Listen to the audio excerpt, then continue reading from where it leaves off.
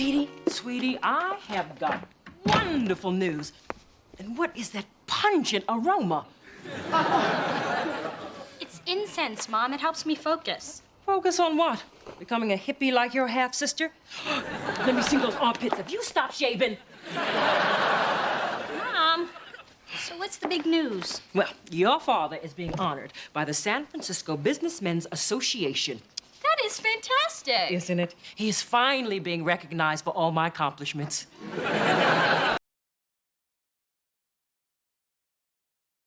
Say about modest people, don't we, Coco? That's right. Absolutely nothing.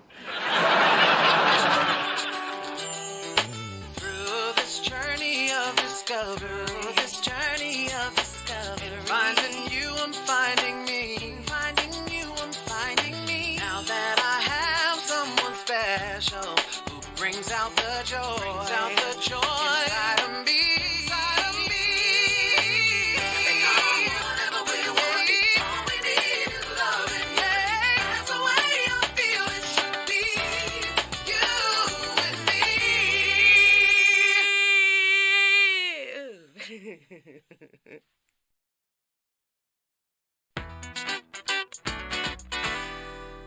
So I put together a guest list for the award ceremony next Saturday. Mom, you forgot someone. Oh, honey, I stopped inviting Colin Powell to these things. The man can't mingle. Blah, blah, Afghanistan, blah, blah, Desert Storm. I meant Mona. Mona? Honey, I always invite her and she never comes. But things are different now. We live in the same building. We're developing a relationship. She doesn't dive behind a bush when she sees me coming. Sweetheart, now I can waste an invitation if you want me to, but I'm trying to get that girl to come to events. She never shows. I don't know if it's because she's uncomfortable, or she doesn't know anyone, or if it's too hard for her to wrangle that hair in less than a week. All I know is she's never there. But this is a family event, and Mona's family. Plus, it'd be nice to have someone there who knows that LL Cool J is in a mail-order catalog. Fine, you can invite Mona, but she's never gonna come. Hey, Dee Dee's. Can I go for your bagel slicer? Sure, it's in the cupboard. Thanks. Oh, one more thing. Do you have any bagels? Counter. While you're here, Mona, I want to ask you something. She's not going to do it. Are you busy next Saturday night? Saturday night? I'll have to check my TV guide, but... Well, now you have plans. Daddy's being honored at a big dinner, and you're invited. Oh, sorry. Not a fan of society shindigs. Too much rubber chicken and plastic surgery. Or is that rubber faces and plastic chicken? I don't know. Anyway, I don't like them. Didn't I tell you Mother is always right? Kisses. Look, Mona, this is a chance for us to do something as sisters for our dad. What do you say? All you have is poppy seed. Come on. It'll make Daddy really happy. He's always bragging about you. Really? What does he say? Oh, he goes on and on about how smart you are and how successful you are and how great you're doing in law school. Oh, wait. I've shifted over to me. Funny how that always happens.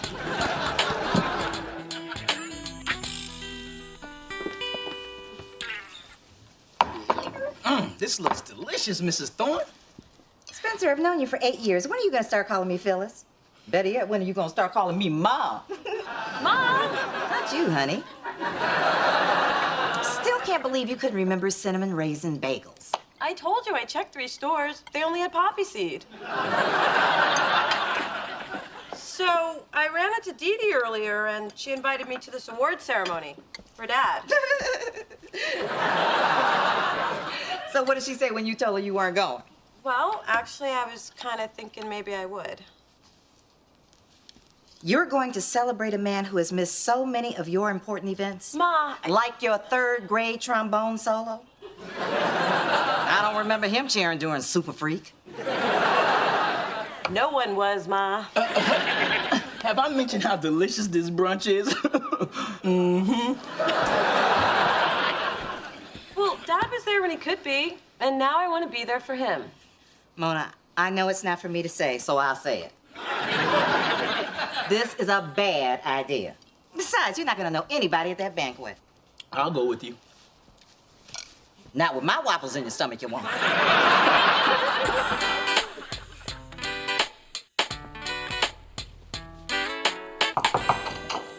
Hi. Shouldn't you be getting ready? I am ready.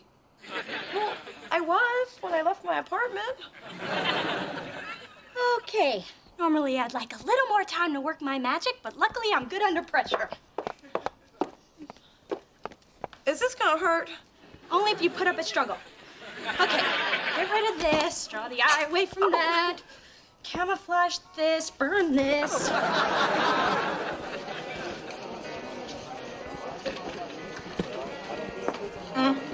I'm sorry. I just can't get over how incredible Mona looks. Dee Dee, you're a miracle worker. It's like you turned a cheese sandwich into a souffle. It's like you changed a hoopty into a benzo. It's like one of those nasty worms that turn into a beautiful... All right. Your best friend status is slipping. Ooh, this is the good stuff. It sure is. She's nice. Real nice. Oh, look, there's Daddy. Uh-oh.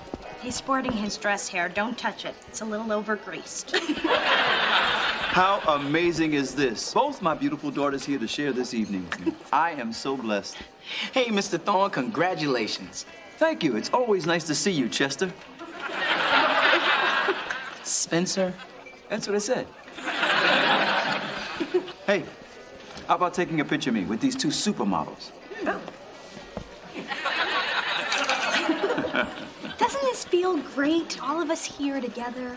It sure does. But I gotta go pretend to be interested in the mayor's new calf implants. I love you. Hi. Let's go see where we're sitting.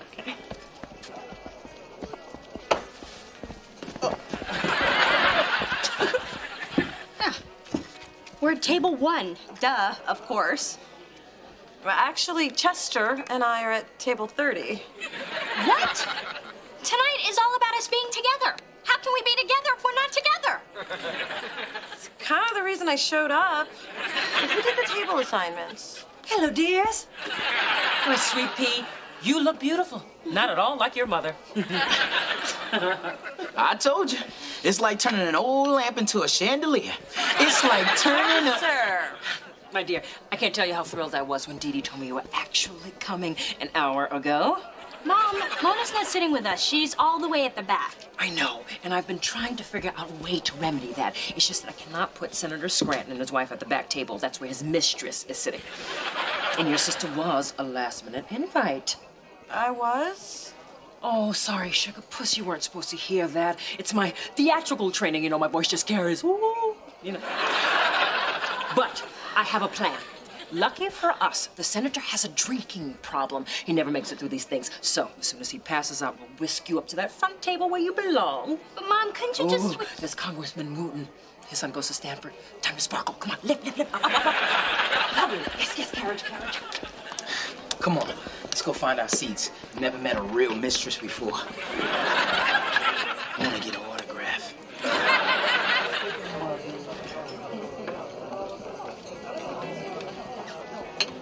Welcome to table 30. I'm Gabe Edelman, Dee Dee's orthodontist. This is Grace. Her son Max does Charles's taxes. Scotty here is his caddy. And this is... Tammy, big T, little A. Yes, I can see that. And what do you do, Tammy? Senator Scranton. Look, I made a pony out of my butter pads. Come on, Mona. Let's sit down. Do we have to? Oh. Whoa, busy little corner, huh? So, Tammy, are you a Democrat? No, I'm a Libra. How do you know Charles? Oh, I'm his daughter, Mona. Oh, you're the other one. Yep, that's me, the other. I also answer to Hey You.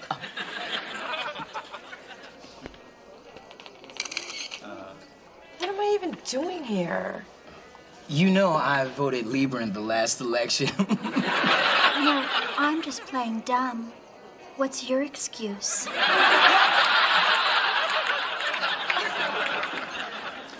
I couldn't help noticing your smile. Really? Thank you. Just as I thought, you have quite an overbite. Here, give me a call. I don't know how much more of this quality family time I can take. So, what did you do to end up back here, hon? Marry outside your race? Unplanned pregnancy? Like the ladies? You can tell me my niece Sylvia is a gym teacher. I can hook you up. Let's Spencer out of here. Come on. Excuse us. Mona, where are you going? Me, my buck teeth, and Chester are going home. But this is a night for family. Yeah, your family.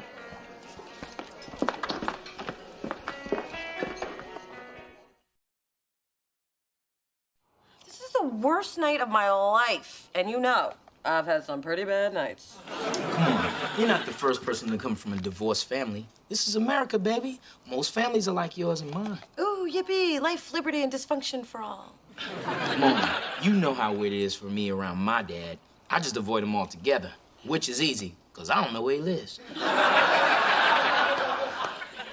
The point is, I found a way to deal with it. I know, but Dee Dee in the building, it's like the step family thing is so in my face all the time. It's like a Your Life Blows alarm clock.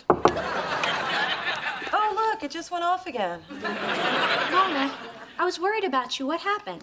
Well, let's see. I learned how to make butter animals. I got a nice case of whiplash from the kitchen door, and I have a date with a female gym teacher.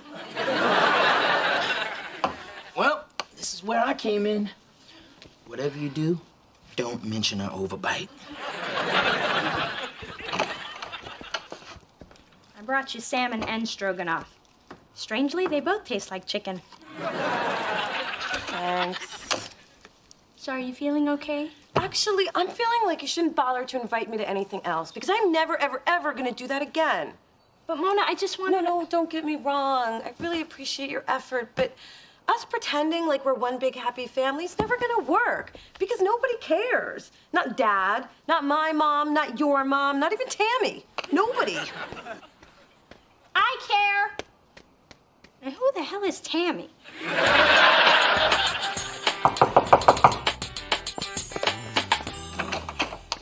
Phyllis, hi. Thanks for coming. No problem. I'm glad you called.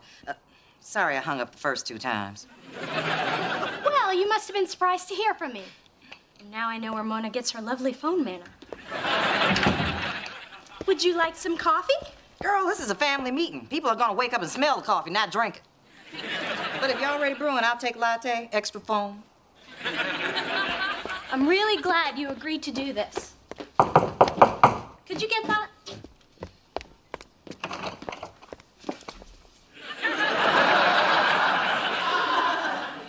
This is just like that nightmare I told you about. Don't talk to it. Don't bargain with it. Just cover your eyes and pray it doesn't steal your soul. Hello, Phyllis. I never could get you to take out the trash when we were married. Neutral corners, ladies. Hey, Diddy, what's going on? I thought you were doing a poetry reading. Yeah, and I can't believe you bought that one.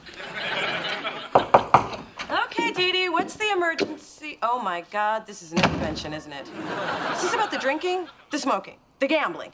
I only told you that story about the bookie so you'd lend me the $100. You really think I hang out with a guy named Johnny Fingers? Mona, relax. It is kind of an intervention, but it's not for you, it's for us. Just have a seat. And it was $200, and I'm still waiting for it. I asked everyone here because we've got to find a way for this family to get along. Now let's talk about what happened last night. I'll go first. I am not gonna tolerate my daughter being treated like a second-class citizen. Ma, I can fight my own battles. But you don't. That's why I'm here.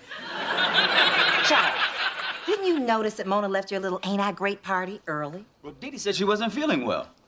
I didn't want to upset you on your big night. I told her not to go to that thing. Didn't I tell you not to go to that thing? What'd I tell you? Tell me what I told you. I'll tell you what I told you. I told her not to go to that thing. Hard to believe you walked away from that. Charles, our daughter was very upset Mom, please don't speak for me. Then go ahead. Well, last night, I did feel a little... Humiliated. Ma, please. Phyllis, we welcome your enthusiastic input, but why don't we let Mona finish her thought? Mona. It's just... I don't know. I felt... Hurt, left out, kicked to the curb, not a member of this family. Frankly, I'm embarrassed to have been a part of it. Sorry, your mother's contagious. Wait a minute. Why was Mona seated in the back? She should have been at the family table.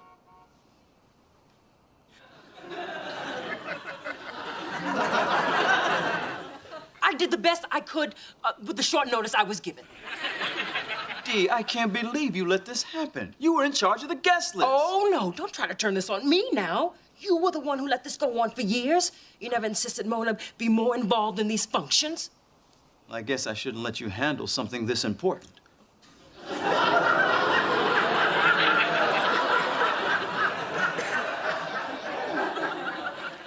Oh, really? Well, I'll tell you something that you won't be handling anytime soon, all this brown sugar. This is almost better than alimony. Sorry your feelings were hurt, sweet stuff. But on the bright side, once your parents finally drive you over the edge, you might find a handsome psychiatrist. Well, I hate to say this, but Dee's got a point, which means I'll have to be at Tiffany at the crack of dawn. The truth is, I've allowed this to go on. What happened last night is completely my fault. Well, amen to that. Phyllis, I think you should own up to your part in this, too. I beg your pardon. You're always trying to pull Mona away. But we're her family, too. Oh, well, that's new. Blame the mother. So, from now on, you're going to be at every family event, front and center. You don't get it. I don't want to be invited. Why not, Muffin? Because being there just brings it all back. Remember when I was little and I used to spend the weekends with you? Yay! And then on Sunday, Mom would come and pick me up? Oh, Phyllis, FYI, we went shopping, so you may not recognize Mona's clothes. They're in style. Speaking of style, where'd you get that dress? Home wreckers big and tall? Now, ladies, let's remember what the judge said. Thanks for the baby alive doll, Mona. But remember, you're just borrowing it. I wrote my name on its tush. Bye, Daddy. Bye, Muffin. And every time I left, I was reminded that I wasn't really a part of your family. And that's exactly how I felt last night, like an outsider. Then why did you even agree to go? Because a little person was sweating me about it. Oh, yeah. Well, I guess for the same reason Charlie Brown keeps kicking the football. Because you think it's going to be different the next time, but it never is. Mona, I had no idea you felt like this. My God, I certainly don't want you to. I am so sorry. Well, there you have it. Your father finally admitted how sorry he is. Well, my work here is done. I came, I saw, I intervened. You gotta love me. Hey, Mom. Thank you. Oh, baby, anytime. And Dee Dee, thank you. Your mothers are a handful, but I gotta give them credit. They did a great job of raising you two. Just wish I had more to do with it. You know, the truth is, with all my success, you girls are what I'm the most proud of. That's sweet. How nice is this? All of us here together, not screaming. I guess it was worth one night of total humiliation. No, you missed the total humiliation. Dad danced. The robot. And hold on now, I had some smooth moves. Watch me. That was your father. No, that's your fault. Daddy, do the thing. Do the thing. Ah! Watch me. Watch me now. Watch me. Oh!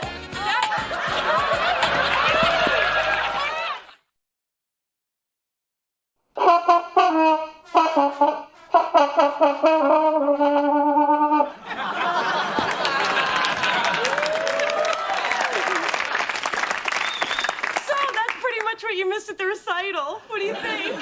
Wow, honey. I don't think I've ever heard Super Freak sound quite like that. Thanks. You want to hear it again? Sure. Okay.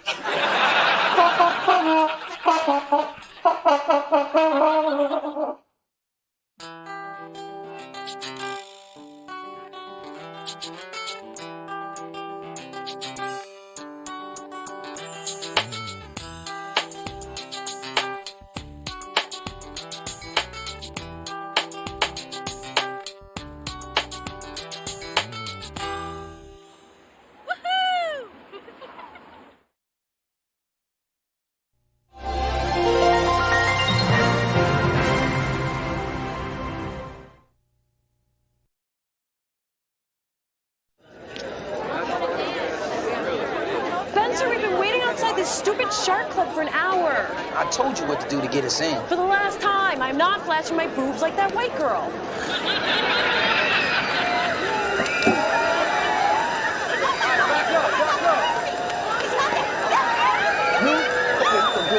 my God, I love you. Can you sign that book for me, please? Anything for you, man. You think that you can help me and my friends get into the club? I guess I can do that. We all together, bro. Hold up. I got a brilliant idea. I'll be right back. Girl, we're about to be kicking it with DMX and the big ballers. Come on. How come we're getting in all of a sudden? Because I told him I was with you. Scary Spice. But couldn't you have made me an A-list celebrity? Nobody's even seen her in years. Exactly. Time to get your British on. Hello. Hello, Lou. Through this journey of discovery, finding you, I'm finding me. Finding you, I'm finding me. Now that I have someone special who brings out the joy, inside of me. Inside of me. Whatever we want, all we need is loving. Yeah, that's the way I feel it should be. You and me. These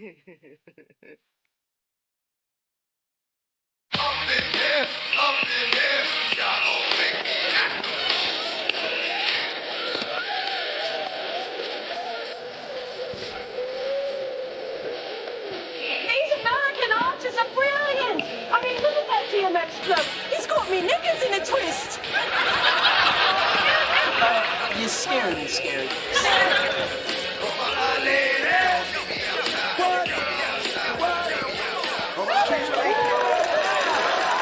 San Francisco! I love you, baby.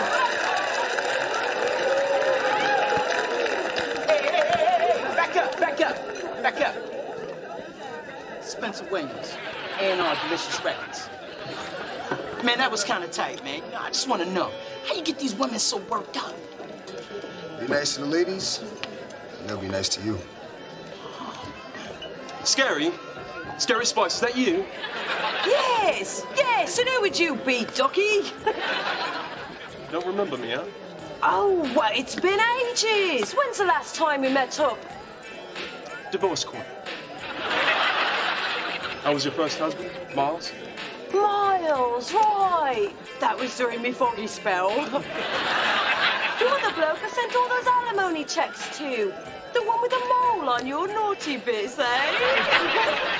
The very same. Had it removed. Careful look, see. No, wait. I'm not Scary Spice. My name is Mona Thorne. I'm not English. I don't even like English muffins. Me either. Miles Weston. And I don't even know what naughty bits are. Although I do have an idea. Sorry, I just got carried away. It's the scary in me. Please, don't apologize. It was fun. Yes, it was. So, you here with anybody? No, I'm not. Are you? I am now. All right, then. Come on, dog. Show me some of those roughneck Casanova moves, man. Can't teach a cat dog tricks, man. You either got it or you don't, bro. You ain't got it. Come on, X. Teach me to exude, man. You're not gonna stop bothering me until I tell you something, huh? Nope. And that's why you're by yourself now. All right, check it out. See, girlfriend right there with the... Oh, yeah. Yeah. Ignore her. Huh? Yeah, that ignore her. See, she's gonna want somebody that she thinks she can't have. All right. Hey, you want to dance? I said, do you want to dance? Fine. So, how'd I do? You're supposed to ignore her until she came over. But I exuded, right? Yeah, you exuded stupidity, man. I'm done. And don't follow me. Ooh, sweet pea, is that you at this hour? With a man. A cute man. Way to go, Sugar Plum. Miles, meet my father's wife and my half-sister, Big Dee and Dee. A pleasure. Mona's told me all about you. Well, not all, but some. But the some was really good. I certainly hope so. So what brings you by at this hour? Marital strife. Your father stayed out late, so I'm teaching him a lesson by staying out later. Love is a battlefield, girls. Make yourself at home. I'll just go make some coffee. Hey, I see you reading Cornell West. Oh, I was, but it's a little preachy. Now I'm reading the new John Grisham. It's got murders and sex. John Grisham, huh? You know he tried to keep Denzel out that movie. Must have missed that. And I'm out of coffee. How about tap water or Sunny Delight? I'm not sure it's in either, so I'm gonna pass. Want to listen to some music? That's a good idea. I just picked up the new Avril Lavigne CD. Yeah, I'm not sure it's in that either, so I'm gonna pass on that too. Why don't we just check out BET, see what Ed Gordon's talking about? Oh, sorry, my cable's out. Oh, but I have the first season of Dawson's Creek on DVD. That's okay. I gotta get up early. I should be going. Sorry about the coffee and the music. I see I'm making a great impression here. Hey, you made a great impression the minute I laid eyes on you.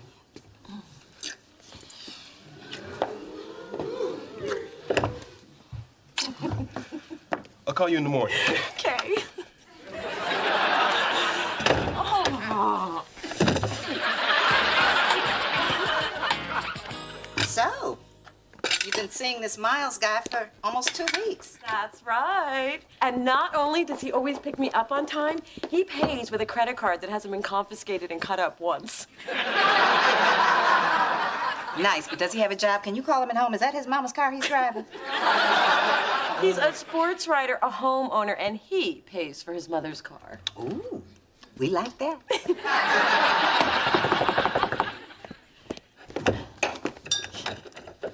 Hey, beautiful. Hey! My, aren't you good looking? And you brought flowers. Now that is good home training. I'll pass the compliment on to my mom. Miles, are you hungry? I just made chicken satay with peanut sauce. Oh, no, thanks. I'm boycotting peanuts till Georgia gets rid of their Confederate state flag. Oh. Well, how do you feel about Wisconsin? They're cool. Good. Cheese? Hey, so glad I caught you. Hello, Phyllis. Hello, Dee Dee. Miles, this is Dee Dee and her inappropriate cleavage. We've all met. Listen, this guy I'm dating has a table for 4 at the Shark Club. The limo's waiting. You want to come? I'm game. Do you mind, Ma? Oh, no, you young people, go. Have a good time. Yeah. Oh. Don't you leave Miles alone with Dee Dee and her cleavage, or she'll try to steal him just like her mama tried to steal your daddy. There I was. Ma! That story isn't true, remember? Hey, just because it's a lie doesn't mean we can't learn from it.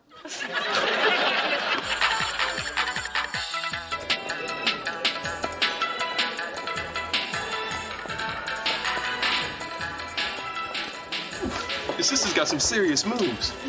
So, when you gonna show me what you got? Maybe later. I don't really like the song. Okay, but in the meantime, do you think Dee Dee would mind if I cut in? Oh, you know, suddenly the song's starting to grow on me.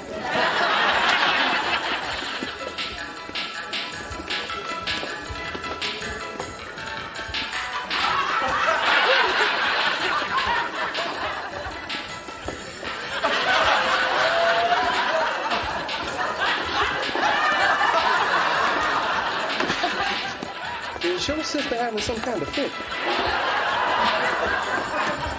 I'm not sure, but I think that's how she dances.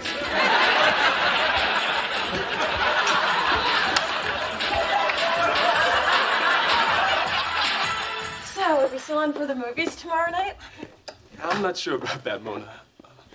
Okay, this time I promise not to smuggle crab legs in my purse. No, it's not that. Listen, I really enjoyed spending time with you. You're quirky, you're funny. But to be honest, I just don't think we're very compatible. What do you mean? We're just very different. We see issues kind of different. You know, we have likes and dislikes that are very different. Well, wait a second. Isn't that what makes a relationship interesting? I mean, you don't want to date yourself, do you? No. I just prefer to be with someone who is a little more, how should I say this? Black. Are you sure that's how you wanted to say that? Look, I'm just into sisters, that's all. Well, I'm a sister. Yes, you're a sister with an ER, and I'm looking for a sister with an AH. You know, it's like a chitlin, not a chitterling. A what? That's my point exactly. I just want to be with someone who has a little more flavor, a little more soul. I'm sorry, Mona, it's just not gonna work out.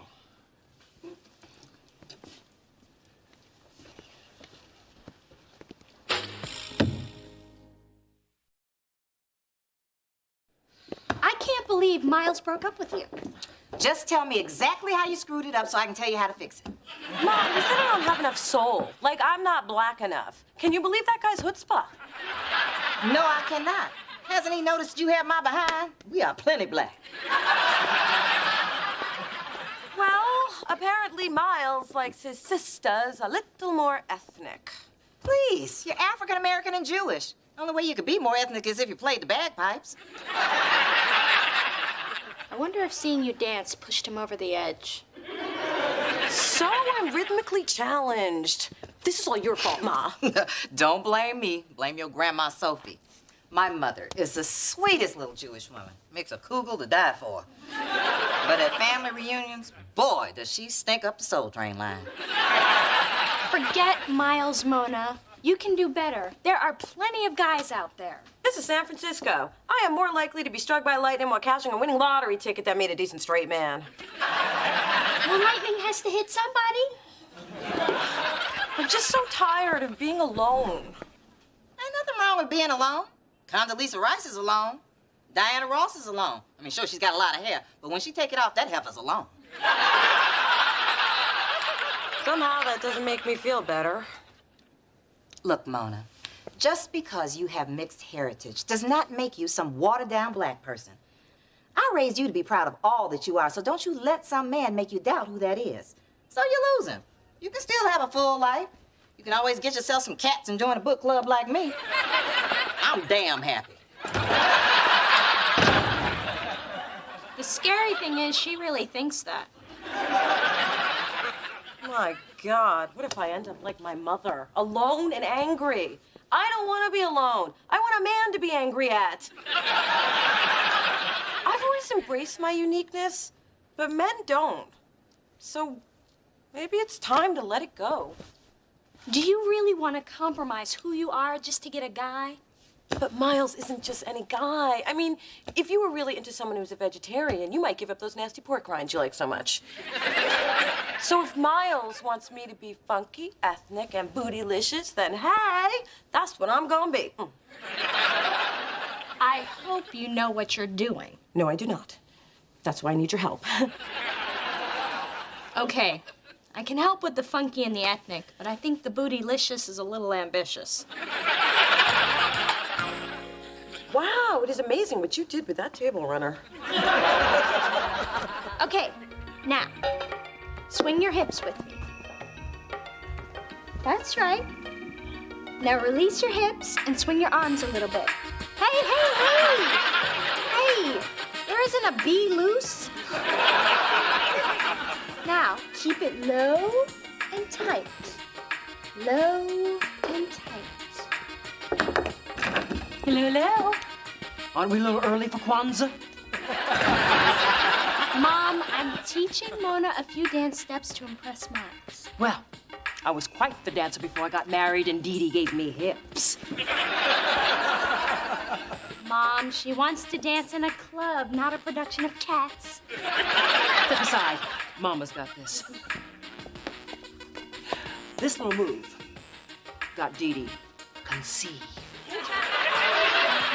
This little move got me out of $1,000 worth of speeding tickets. And this little move I have yet to use. I'm saving it for something big. Really? You're gonna teach me how to do that? No, I was just showing off. You're gonna do this. 2, 3, 4, 5, 6, 7, 8. 1, 2, 3.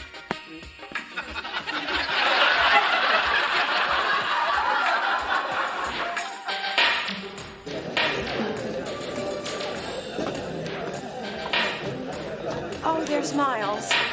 Do I look okay? Look gorgeous, like a Nubian disco queen. And remember, if you lose the beat, just follow my lead. What is that? Mona?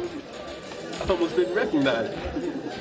Well, you know, it's just the like to change things up. I hope you're not too upset with me. I just thought it was best to be upfront with you. Hey, you have your preferences and you were honest. I like that in a strong black brother. So what you say? Want to shake what our mama gave us? Oh, no, don't. Why? You afraid I might turn you out?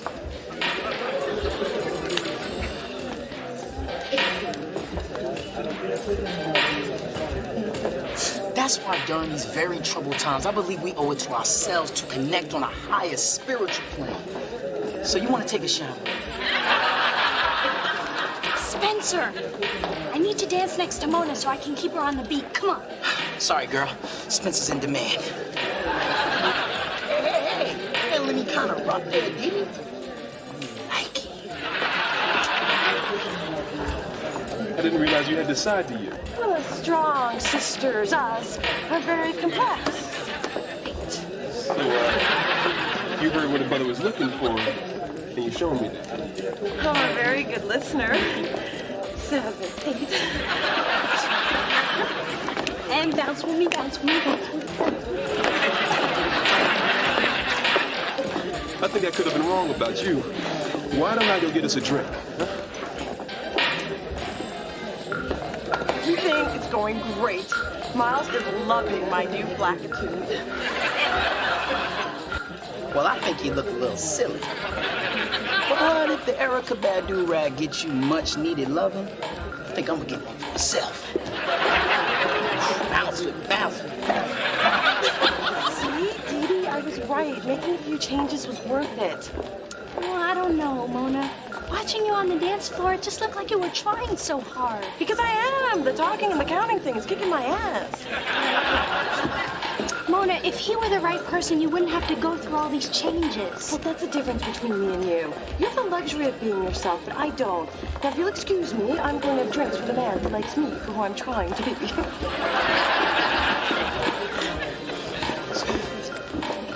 So, Mona, I am really digging your new look. Thanks. But it's not all that different. Just a little more colorful. Well, it's different enough. Good. Wait. Different enough? What does that mean? Well, I just think all the changes you made are more in touch with who we are. Who we are. Or who you are. What does that mean? Miles, you have no idea who I am. I mean, and why would you? I've been trying so hard to be a sister for you. And I'm not even acting like myself, which is really your loss. Because I am a strong black woman. And if you can't see that, then maybe you need to examine your own issues because you, Malcolm, ex-boyfriend, are not the arbiter of blackness. Wow. You make a good point. We're not all the same. Maybe I shouldn't have said what I said. Damn, Skippy. And if setting you straight means that I'm gonna be a lonely cat lady who reads a lot of books, well then bring on the Friskies, baby. Mona Thorne, you are one of a kind. And I'm feeling that. You should. I'm sure you'll make some crazy white boy very happy.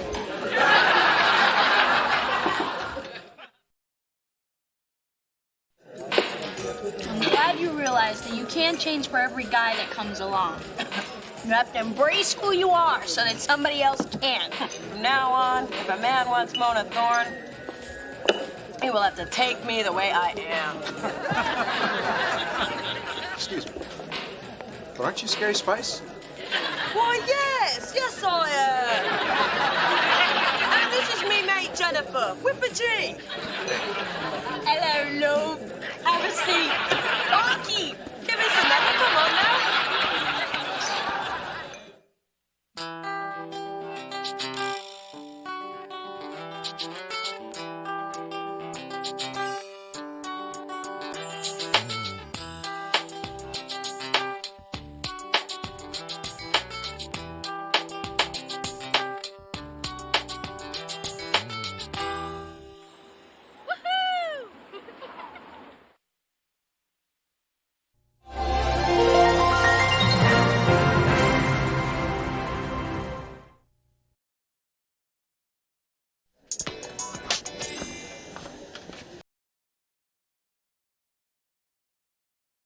I know I'm gonna regret this, but what do you have?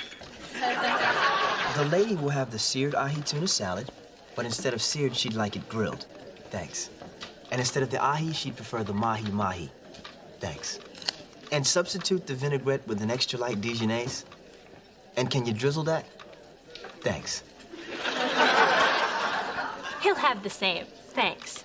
Oh, and with the dressing, can you make it more than a drizzle but less than a downpour? Thanks. Are you referring to the dressing or the tears I shed every time you come through that door? The dressing. Thanks. Please, God, don't let them reproduce. Dee Dee, do you know how much I've enjoyed these last few weeks with you? Funny you should mention that. Happy 2-week anniversary. See, I figured red's a power color, and you attend a lot of power meetings, so power on with your bad self.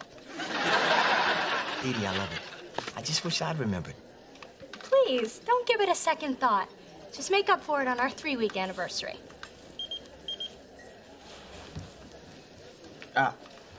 What do you know? 2-week anniversary with Dee Dee. Present her with a gift. Neil, you little perpetrator. You did remember.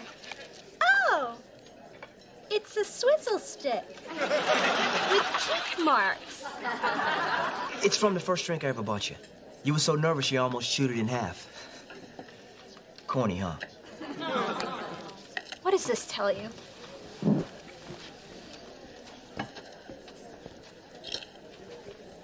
I'm sorry, I couldn't hear you. Could you repeat that?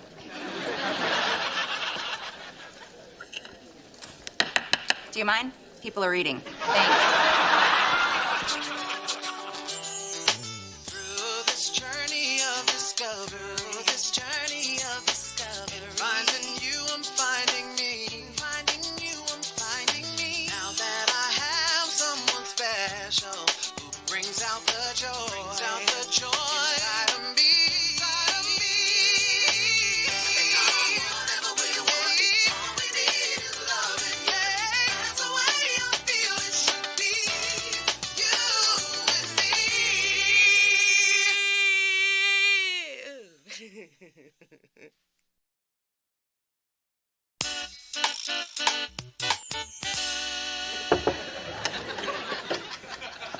Guess who just had another amazing date? Who wants to smack her first? I'm sorry. I should be more sensitive considering you're also alone. But I'm just so damn happy. Well, I'm not happy. I mean, tell me, Dee Dee, can this man, this Neil, give you everything I can give you?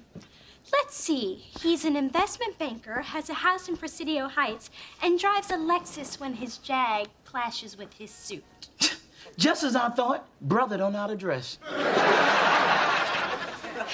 Now, Mona, when Neil comes over tonight to pick me up, I want you to come up and meet him.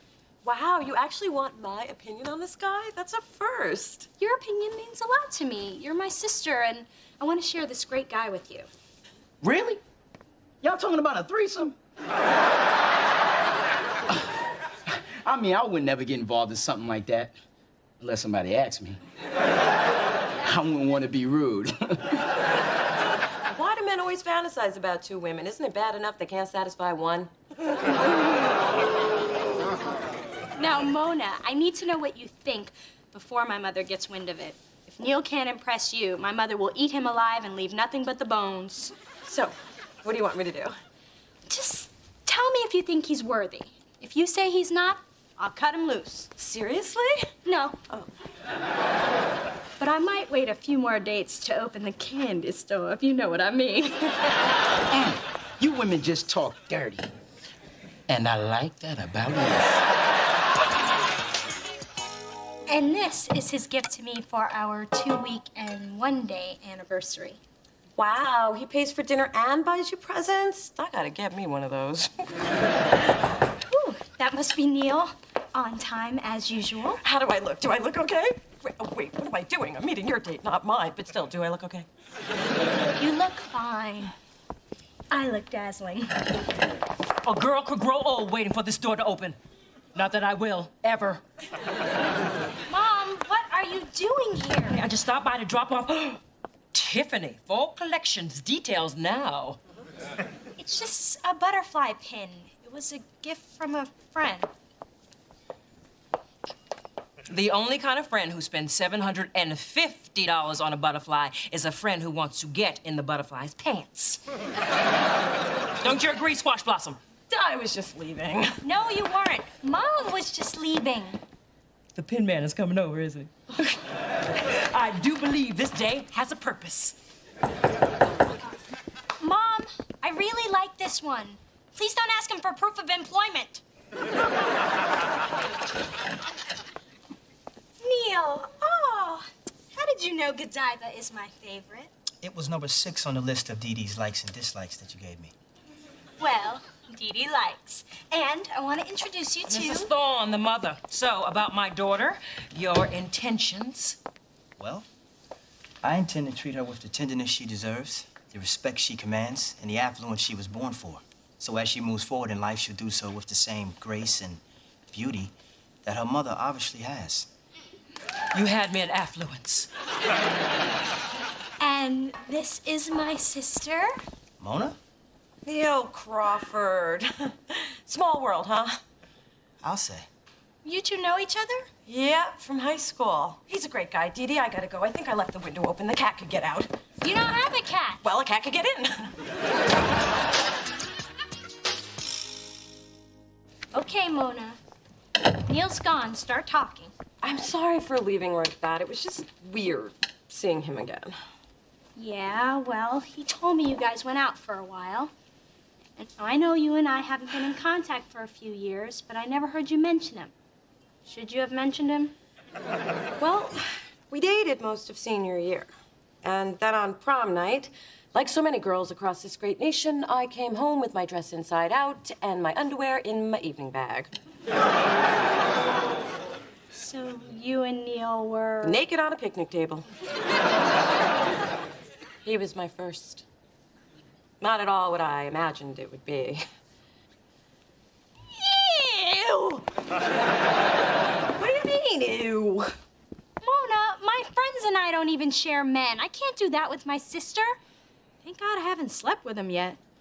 I should just end this. Wait, I didn't tell you that so you'd break up with him. Mona, I just don't want some guy to come between us. And I don't really know what the sister etiquette is in this situation. It's simple. The older sister tells the younger sister to go for it. So you really are okay with this? I know how much you like him, Dee Dee, and me and Neil were 1,000,000 years ago. So I'm fine with it, if you are. Then I guess I'm fine with it, too. Thanks, Mona. This is what sisterhood is all about.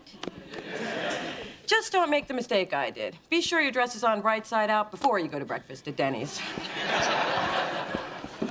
Yeah, me at Denny's. That'll happen.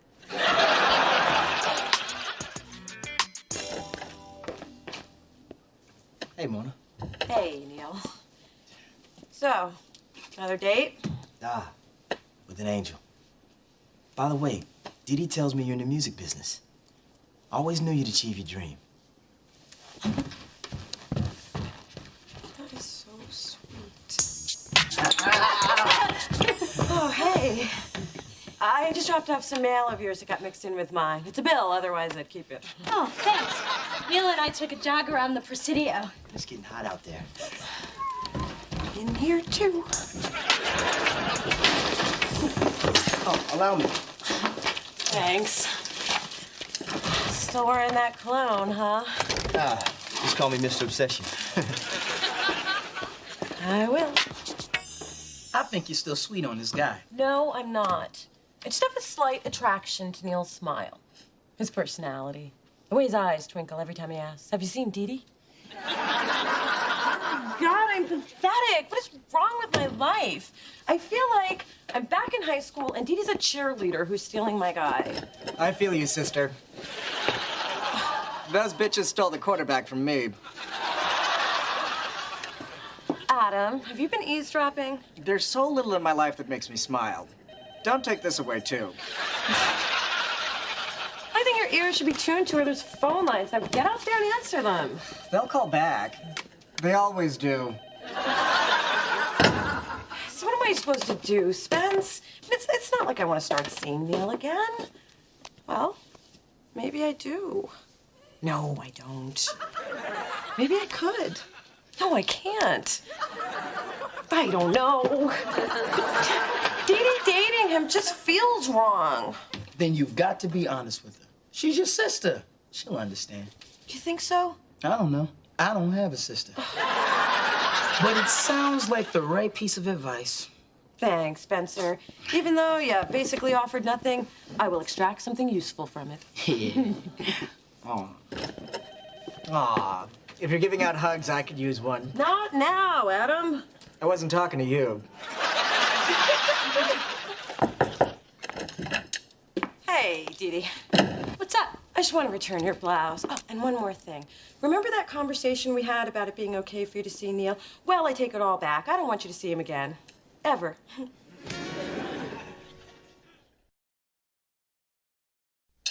Are you saying you want to date him again? All I'm saying is I don't want you dating him. You lay this on me after I've really started having feelings for Neil? You're the one who encouraged me to keep seeing him. And now I'm encouraging you not to see him. Mona, you can't just jerk people around like that. Hey, I can hear you two all the way downstairs. You need me to referee or something? Back off, Spencer. This is between me and my sister. Fine. Y'all can have y'all chick fight. But if competition over a man doesn't get some clothes to rip in, I don't know why I bother hanging out with you women. There isn't gonna be a chick fight. Maybe there isn't. Maybe there is. I was about to explain to Dee Dee that everyone knows you don't date your sister's ex. It's an unwritten law. Would have been one of the commandments, but they wanted an even number. Yeah, well, lucky for you, they put in that thou shalt not kill. Now, Dee Dee, it's not your fault. You just haven't been schooled in Mona speak. See, sometimes yes means no, and sometimes yes means hell no. And sometimes yes actually means yes, but I never trusted. Mona speak, huh? Well, here's a little Dee Dee speak. I'm dating Neil, I'm digging Neil, and I'm done with this conversation. Oh, and one more thing, get out. You see, sometimes get out means get out. That's fine, because it smells like old boyfriend in here anyway. So now she refuses to stop seeing him, my old boyfriend. The nerve of some people. Thank you. I knew you would understand. I'm talking about you. You have tripped right off the planet. What? Honey, you dated Neil way back in high school, and after you broke up, I never heard another word about it. But Neil wasn't just any boyfriend. He was special. I know, baby. Your first always is. And I understand why seeing Neil again can confuse you. But you know what I think? I'll tell you what I think. I think you are romanticizing this because he was your first. And by the way, if I had known what you two were up to on prom night, that man would be walking around without a kickstand. But I was really into Neil, and I'm feeling those feelings again. Mona, look me in the eye and tell me that he was one of your greats. Like Keith from San Jose State or Mark with the razor bumps. Armando from the gardening service. You knew about Armando? Please, your hair always smelled like Miracle Grow. Mona, don't let some guy from your past screw up your life. Be strong, move on. I moved on from your father. No, you haven't. It just seems that way because I'm obsessed with hating him. Bottom line is, you need to give up this ghost.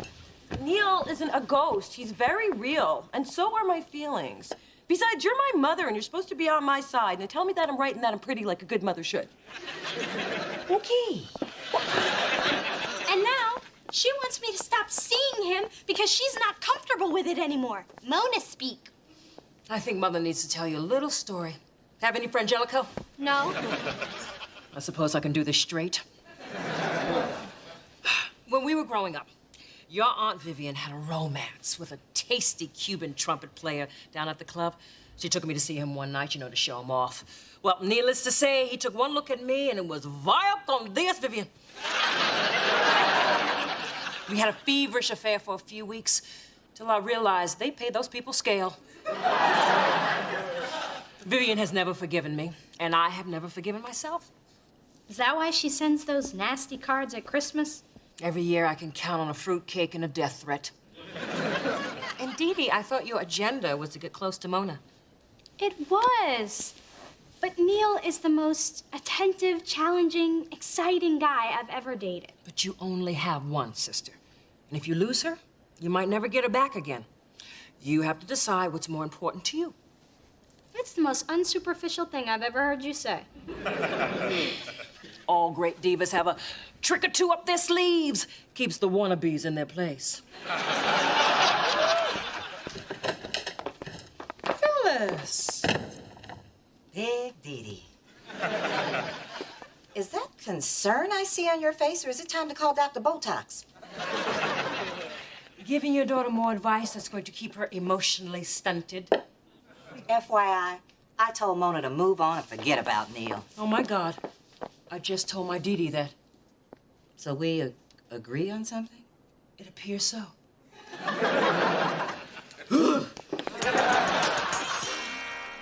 Trust me, Phil, a merger at this juncture would only weaken both firms. Great, we'll settle it at the Niners game Sunday. All right. Opening a satellite office on the stairwell? Just waiting for Dee Dee to get home. You know, since you've been seeing Dee Dee, we really haven't had a chance to talk about old times. I mean, God, we had so much fun in high school, didn't we? Yeah, we did. You remember those cheesy fake IDs we had? I think I look damn good for a 41-year-old Asian guy. Oh, remember the senior ski trip to Tahoe? They should never give a black man ski poles. Oh, what about the night we snuck into the school and we put the bra and panties on the statue of President Taft? That wasn't me. It wasn't? No, I had to write that essay on teenage responsibility. Oh, yeah, the principal read it to me right before I got suspended. But still, we really had something. I mean, we went out for like 6-7 months. That's decades in high school time. Mona, that was a really great time in our lives. It was. What we had together was special. Too bad we have to grow up and go on. Yeah. It's too bad.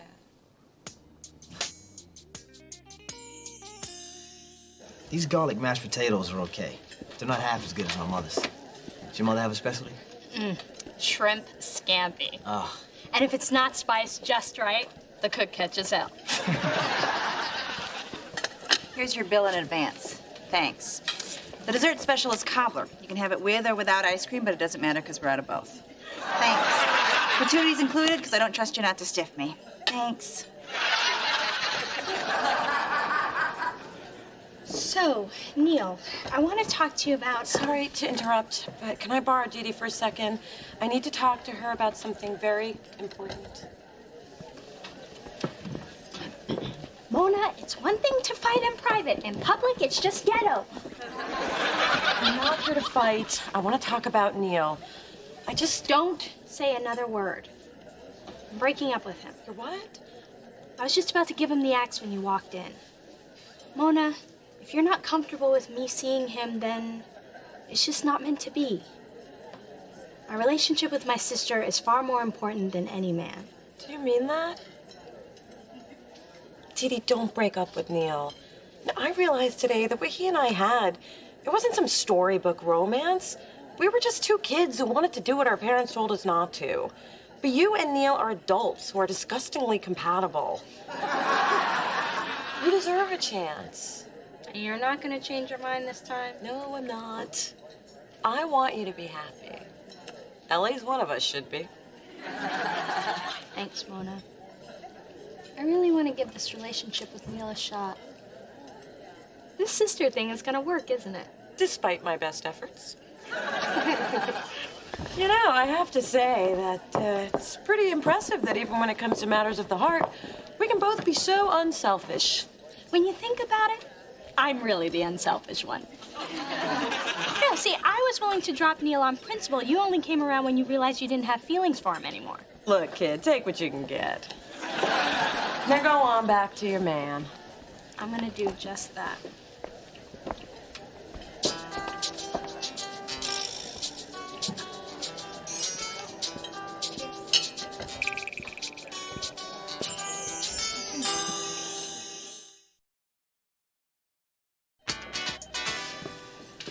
Something terrible's happened.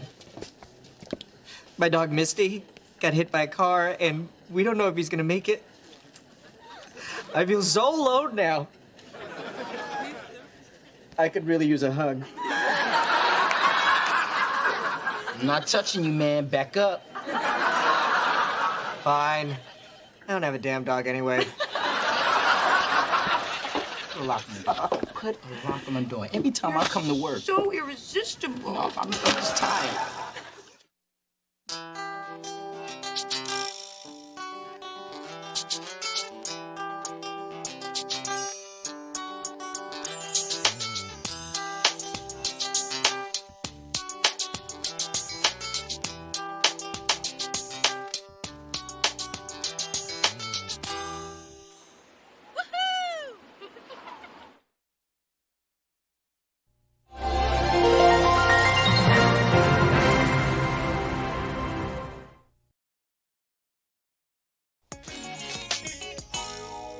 You know, I have a cool apartment. How come we never hang out there? Because your place smells like socks.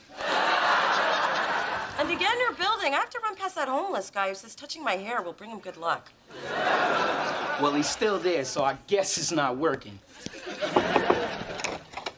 Hey, people. Hey, Dee Dee, you're looking especially fly today. Sorry, Spencer, it ain't ever gonna happen. So, Mona, what are you doing tomorrow night? Oh, girl, I got so much going on. It's really a matter of whether it's this club or that party or... Yeah, I got nothing. Great. I am hosting this girls' night, and since you're one of my girls now, I think it's about time that you all met. So please say you'll come. Okay. Really okay? Not okay, but then you accidentally forget or pretend to be sick I or... only did that once, and it was Spencer's idea. That's before I knew how cool you were. Still ain't gonna happen. Dee Dee, I'll be there. Okay. Me too. Spencer, it's girls' night. Oh, so what time should I show up? Through this journey of discovery, finding you, I'm finding me. Finding you, I'm finding me. Now that I have someone special who brings out the joy, inside of me. And whatever we're wanting, all we need is loving. Yeah, that's the way I feel it should be. You and me.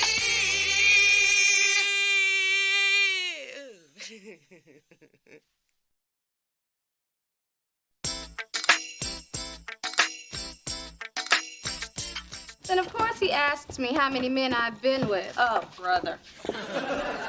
So I shave off the requisite 7 so he can be in his comfort zone. And I tell him 3. And he still thinks that's too many. Men are so insecure. They feel like the more guys you've been with, the greater the odds you've been with someone better. Yeah, wait. We are the ones that are constantly trying to make ourselves seem all pure and good for them. Maybe the problem is really us. Nah. Hey, everybody. Girls, this is my sister Mona. Finally, the mystery sister. Ooh. Oh, we've been wanting to meet you for years. Dee Dee is always talking about you. What she means is your sister won't shut up. This is Delilah, Jasmine, and Merce. Delilah's a buyer at Saks, Jasmine works at Ion San Francisco, and Merce is in med school. We wanted her to be Nurse Merce, but no, she just had to be a doctor. Bunch of slackers, huh? That's a joke. Okay, I'll stop talking now. You know, Mona's got a cool job. She's an A&R exec at Delicious Records. She scouts bands, oversees video shoots, and she hangs with the who's who and the what's what. She is it. Take a whip. So you get to hang out with people like Nellie and Pink? No, but I know the Pooh Pilots and Big Fat Slim Jim. They're huge in Germany. Oh, I was just in Hamburg. It was beautiful. Have you ever been? No, but I test drove a Volkswagen last week. Use coaster. I forgot we're in Miss Perfect's apartment.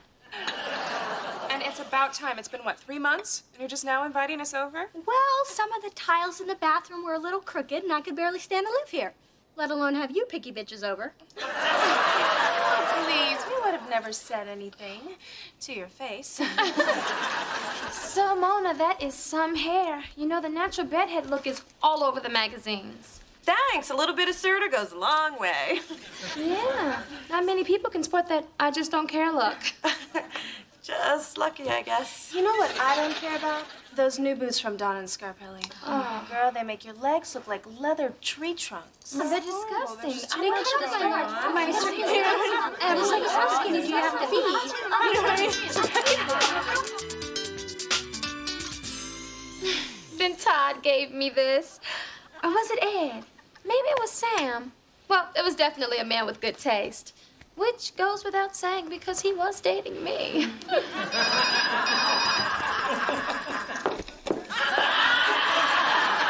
It's mine.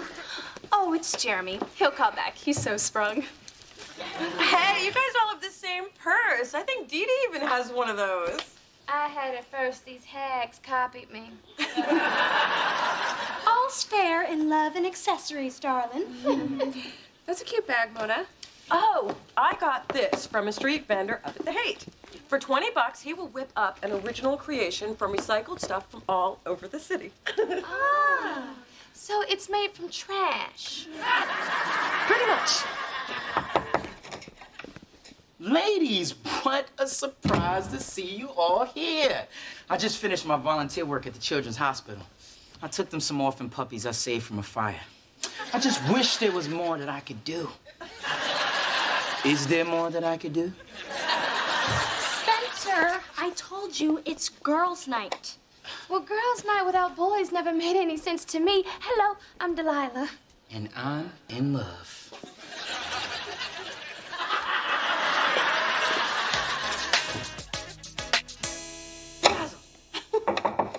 Hey, Mona. I brought you something to thank you for meeting my friends. They loved you. They did. The same girls from last night. Did they have a lot to drink after I left? No, they just went on and on. Mona's so bright and Mona's so pretty. They said I was pretty? I really like them. Wow, this is so designery. Well, it's a special bag for a special person. Now you're officially one of the girls. Thanks, Dee Dee. It's beautiful. Hey, people. You remember Delilah? She's my friend, you idiot. She may be your friend, but she's my lady.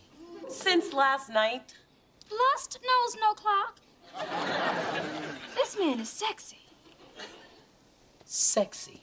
Yeah, and it's refreshing to be with a guy who's not all about his stock portfolio. Yeah, and with me, she'll never have to worry about that.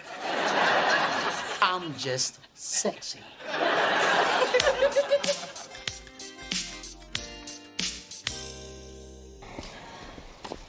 honey. All I'm saying is as long as we're in the neighborhood, let's see how much Miss Dee Dee spent on that sack with a strap. Fine, but we're going to Dairy Queen after. May I help you, ladies? Yes, you could explain this price. I mean, anyone who would spend $500 on this needs to have their head examined. For that amount, they can come to my office 5 times, and I'll tell them they're crazy each and every visit. Well, if you are looking for discounts, Walmart is... Actually, I have no idea where that is. I don't know how you can afford that attitude at $7.50 an hour. And I know you got those shoes that pay less, because I got the same pair at home. Ma, let's go. Now, my daughter got a gift from this store and wants to know what it cost. At Lucci's, we are not concerned with price. Well, we are. So how much? It's $1,200. American dollars? It's the hottest bag of the season. All of San Francisco is clamoring for it. It's how you might feel about 39-cent cheeseburgers. Oh, I will quit. Ma, I don't know if I feel comfortable carrying this bag. It's worth more than my car. What isn't? Look, just return it. I mean, do you know what you could do with that kind of money? You could pay your bills, you could pay your parking tickets, you could go... Maybe I could get Showtime. I would like to see Soul Food. Oh, but I can't. It was a gift. Oh, honey, get real. Dee Dee only bought that so you would fit in with her snooty friends. Girl's trying to make you over. No, she would never do that. Are we talking about the same girl who took over your birthday party? Or the one who changed your hair and clothes before your father's banquet?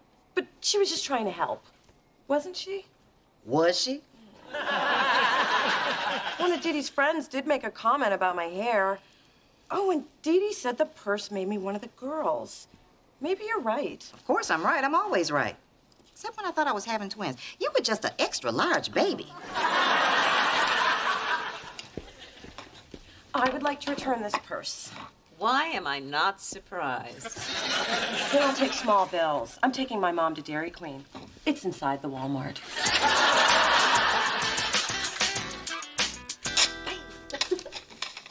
Mm-hmm. Are you getting some? No, I'm just excited to pay off some debt. The words Mona Thorne and paid in full have not been used in the same sentence in a long time. Yeah, neither have the words Mona Thorne and getting some. I don't know what I was thinking. You know, I felt guilty about returning Dee Dee's gift, but not so guilty that I can't treat my best friend to a meal. Love to, but can't. Delilah's taking me to Aqua for surf and turf. I hear they make you wear bibs, so you know it's fancy. Check out what she bought. Wow, much nicer than your faux legs. Yeah. But do you ever wonder why Delilah's buying you all these expensive gifts? Gratitude, baby. She don't want this good thing to get away. And you're not worried that she's trying to control you? Please, I got Delilah right where I want her.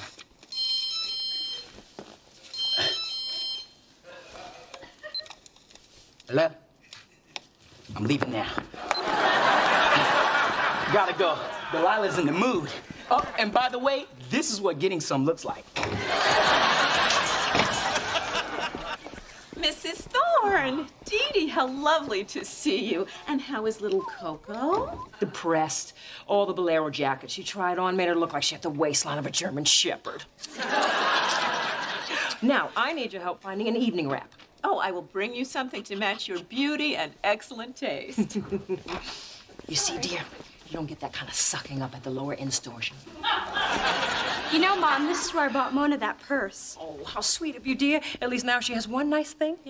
You should have seen her face when I gave it to her. She loved it so much. Oh, that's strange. This looks like the exact same purse. Excuse me, Bridget?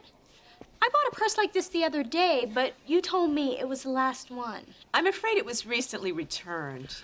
Tell me, Bridget, the girl who returned it, did she have crazy hair and shoes made for killing bugs? Sadly, she did. That doesn't prove it was Mona. If it helps, she was with another woman. And did this woman have a bad attitude and have on a tacky outfit designed to draw attention away from the hips? Sadly, it didn't. And on her way out, she dumped the whole bowl of Lucci mints into her handbag. So, Big hips, steals mints, bad attitude. Well, it's either Phyllis or Al Sharpton. Oh, wait. Al never stole any mints.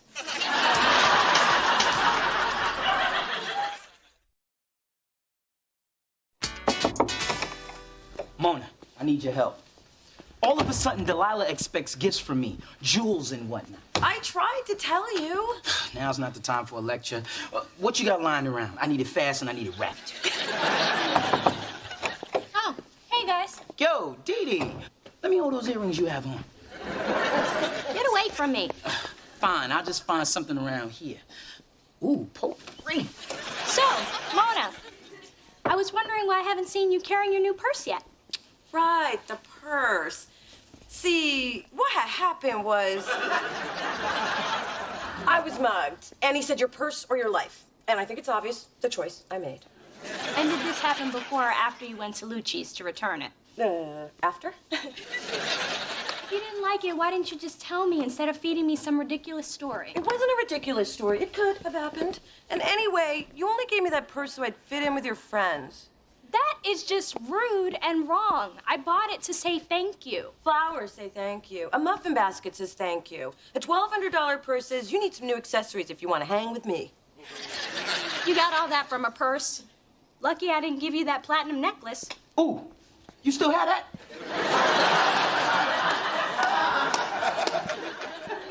Mona, people buy each other gifts all the time just to be thoughtful without a hidden meaning or agenda. Hallmark built an entire business on it. But Hallmark didn't make me feel invisible and then try to make it up to me with an overpriced handbag. Do girls like plants? Shut up, Spencer! You know what, Mona? I'm tired of being the only one trying to make this relationship work. Being nice to you is a waste of nice. You know what makes me feel better after a big fight? Giving away something Delilah would like.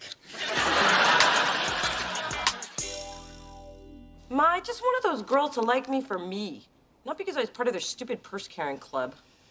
Baby, I never would have pointed this Dee Dee thing out if I thought you were gonna obsess over it. I'm not obsessing. I just can't stop thinking about it. Face it, Ma, nothing ever changes. Remember how I struggled to fit in as a kid? Hey, can I jump rope too? Sure.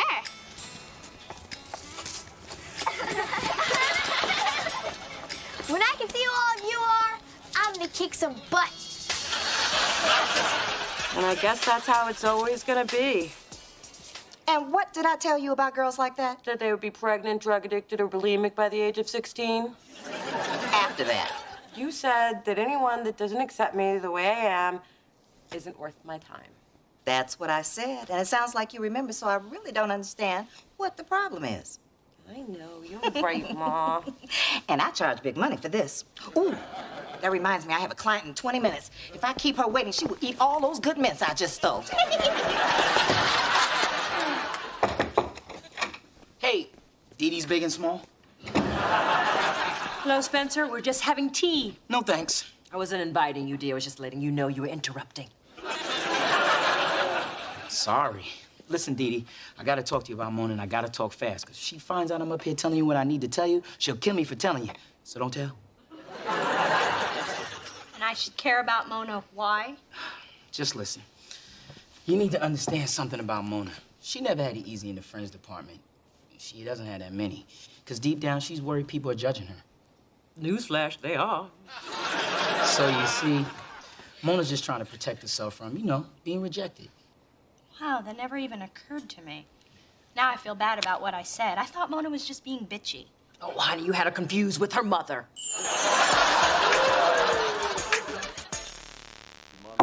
72 hours to see if there's any sign of organ.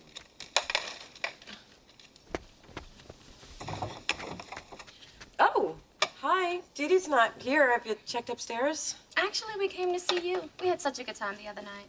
You did? Mm-hmm. Really? Mm-hmm. Oh. Well, come on in. Sit down. Imagine the place vacuumed and pretend those are non-fat ho-hos. So, girl, what are you up to tonight? Oh, well, I hadn't planned anything specific, but I'm pretty sure loose pants and SpongeBob reruns will be involved. Your place is fantastic. If my place had this vibe, I would never leave either. I mean, the colors are funky, the fabrics are lush, and this couch is so comfortable I can't get up. No, really, I can't get up. Could you pass me the chips? Oh, should I wait for a plate? Please, just eat them out of the bag. Oh my God, I just love this giant pillow. Mona, can I borrow some? Oh, I'm sorry. I didn't realize you guys were here.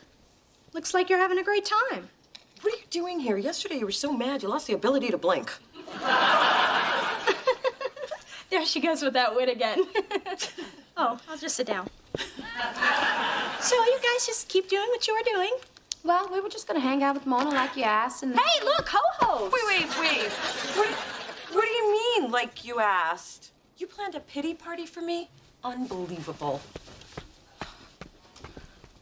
Sip it.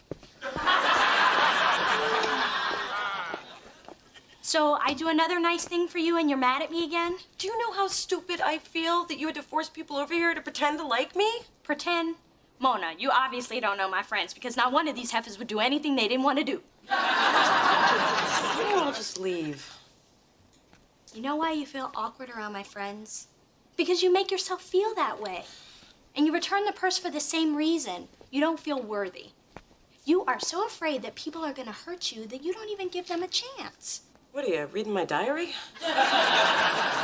No, I just had a feeling.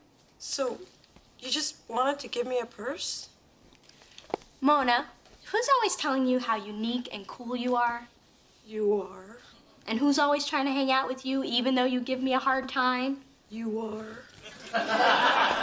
And who's staring at somebody who feels really foolish right now? You are. I'm sorry. I guess it just reminded me of too many painful times. Well, those times are behind you. So, come on.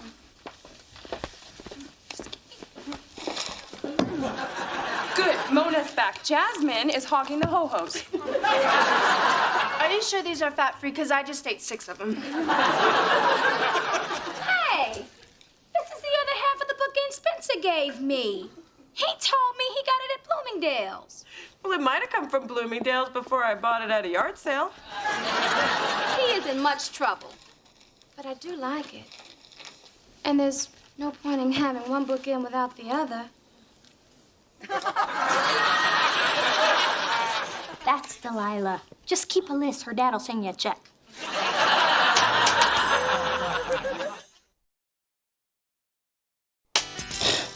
So Delilah and I are through. I just couldn't handle being a kept man.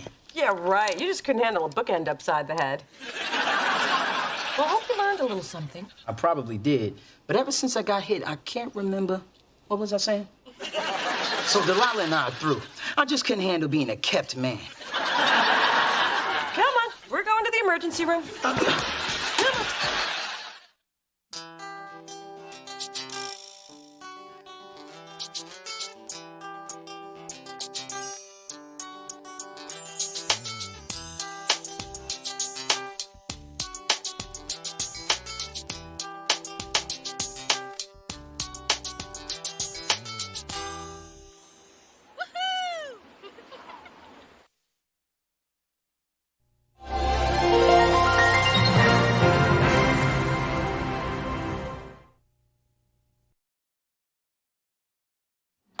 All right, Dee Dee, we'll be right up.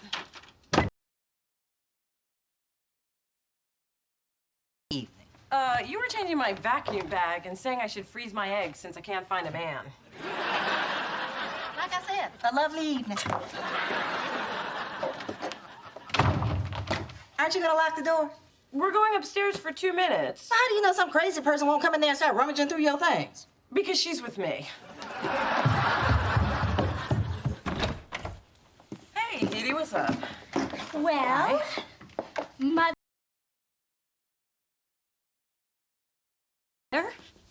Sweet Pea, your father and I would like to invite you to Thanksgiving dinner at our home. Oh, how nice. And who else? Phyllis. This year, Charles's mother, Ruth, has agreed to join us. The old bag's insisting that you come. I happen to love that old bag. Well, apparently the feeling is mutual. Clearly the poor woman's showing signs. Mother. Anyway, if you don't want to attend because it will ruin the holiday for everyone, I will understand. And I can tell Ruth it was your decision. Oh, I'm gonna be there. Let's just say you'll think about it, huh? Through this journey of discovery, finding you, I'm finding me. Finding you, I'm finding me. Now that I have someone special who brings out the joy, inside of me. Whatever we want, all we need is loving. Yeah, that's the way I feel it should be. You and me.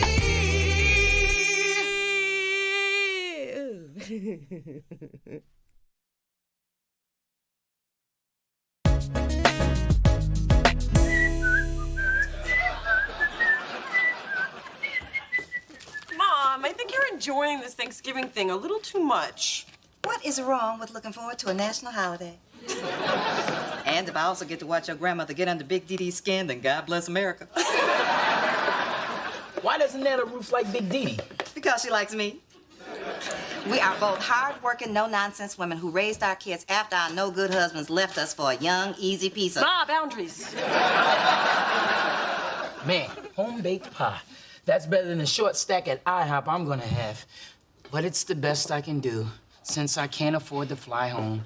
Well, my mom is running a daycare out of my room. Spencer, please. I was gonna ask you to spend Thanksgiving with us. Stop begging. Was I begging? Hi. Hey.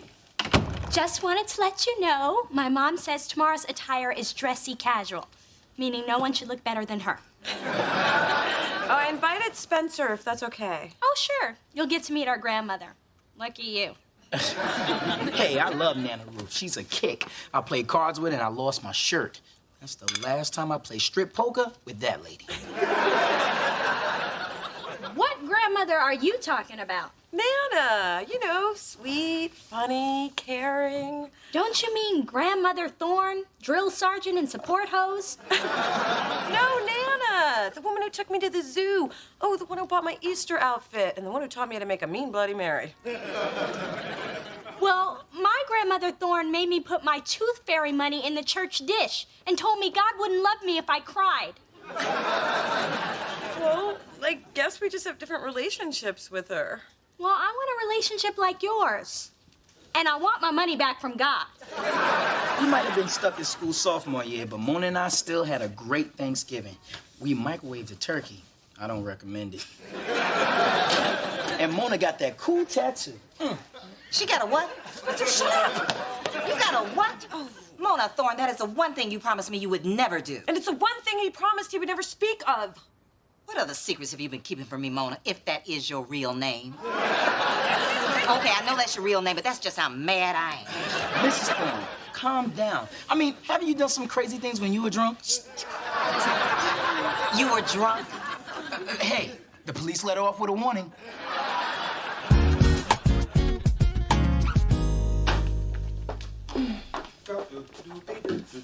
Hey, how's dinner coming? Well, considering your mother has demanded a home-cooked meal, it has not been easy. I have worked my fingers to the bone unpacking all these containers from the caterer. It'll be the finest meal you've never cooked. Now I just have to make it look like I did. Oh, I wish I did not care what your mother thought of me, but I do. And of course, Inga would choose yesterday to quit after I gave her all of my out-of-style workout clothes. Remind me never to hire another illegal Swede.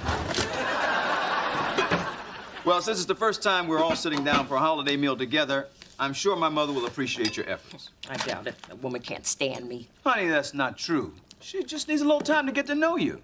Charles, we've been married for 23 years.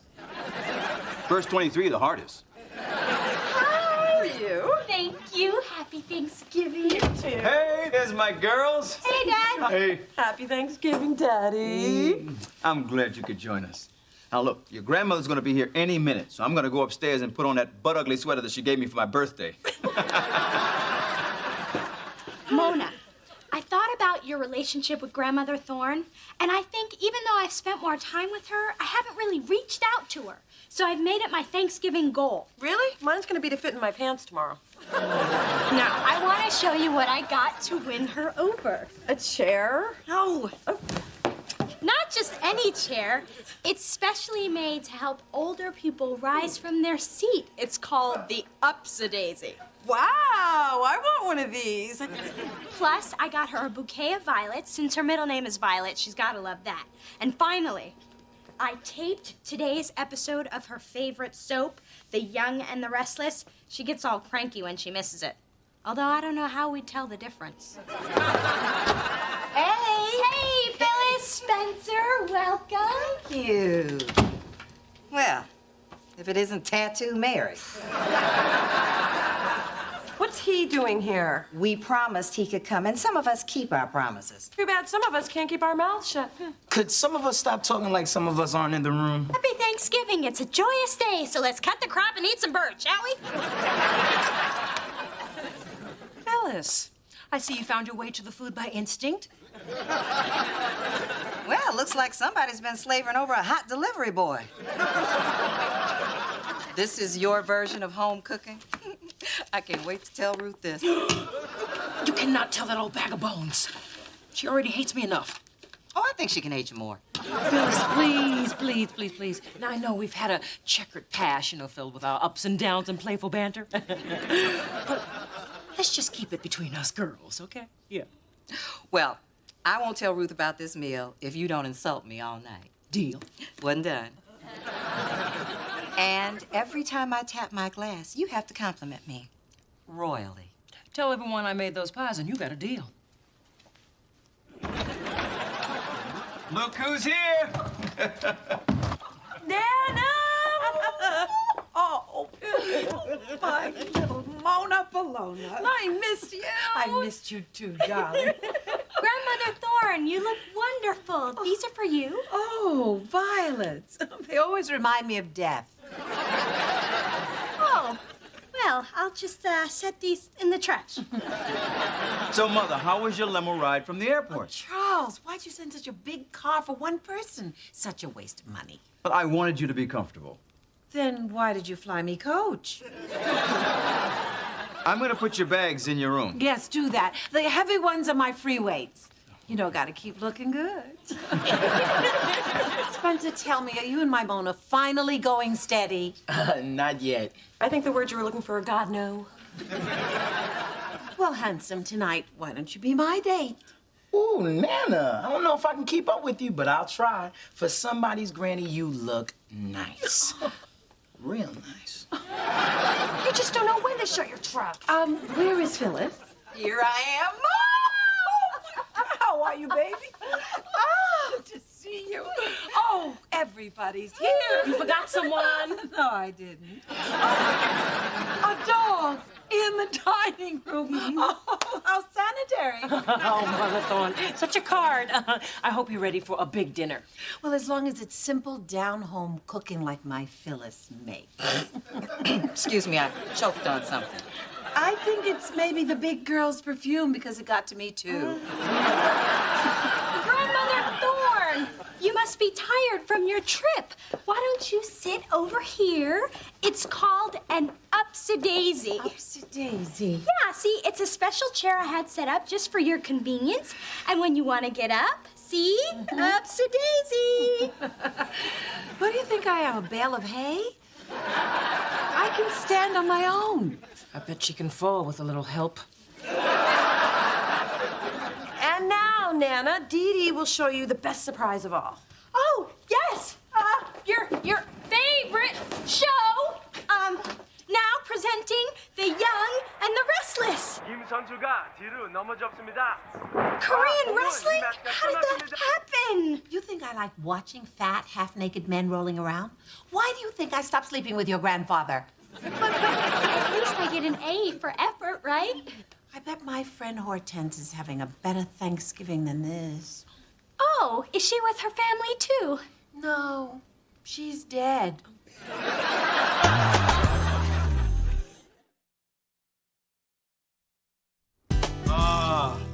What a feast. I think we should give the chef a hand. I'll applaud when I have tasted it. Before we eat, I thought, since it is Thanksgiving, we could all take a moment to share what each of us is thankful for. Who'd like to start? Okay, I'll start. I'm thankful that we could all be here today together, and I'm especially thankful that my wonderful grandmother could join us this year. Grandmother Thorne, how about you? Well, I am thankful that my family is all here and that I can purchase today's episode of my favorite soap on eBay. I'm thankful that for the first time, all the women in my family are here together. God help us. I know what I'm thankful for. Good friends. I'm thankful for friends I can trust. I hope to have one someday. And I am thankful for being in the presence of such a lovely woman as Phyllis Thorne, who has graced us today with her regal beauty and razor-sharp wit. Here's to Phyllis. Honey, these potatoes are delicious. Yes, Mother, you really outdid yourself. It was nothing that Phyllis couldn't do any day of the week. Why, thank you. You know, my mom made Thanksgiving dinner once. The lumps in the gravy were so big, we thought we were eating meatballs. So now you're telling other people's business? That's nice. Real nice. I just can't get over how delicious these potatoes are. Why don't we all enjoy them in silence? Mom, you don't think I can keep a secret? If these people knew half the things I know about you, they'd flip a wig. No offense, Mrs. Thorne. None taken. Unplanned guest. You know who I bet the most thankful people are today? Your family. Because you're not there with your big mouth. You know what, Mona? Maybe I shouldn't be here with it either. Happy Thanksgiving, y'all. Nice work. I don't want to hear it, Ma. Of course not. Since when did you listen to your mother? Ladies, please, let's not argue on Thanksgiving. All right. If Mona and Phyllis need to talk, let them talk. Sorry. I'll go help Dee Dee.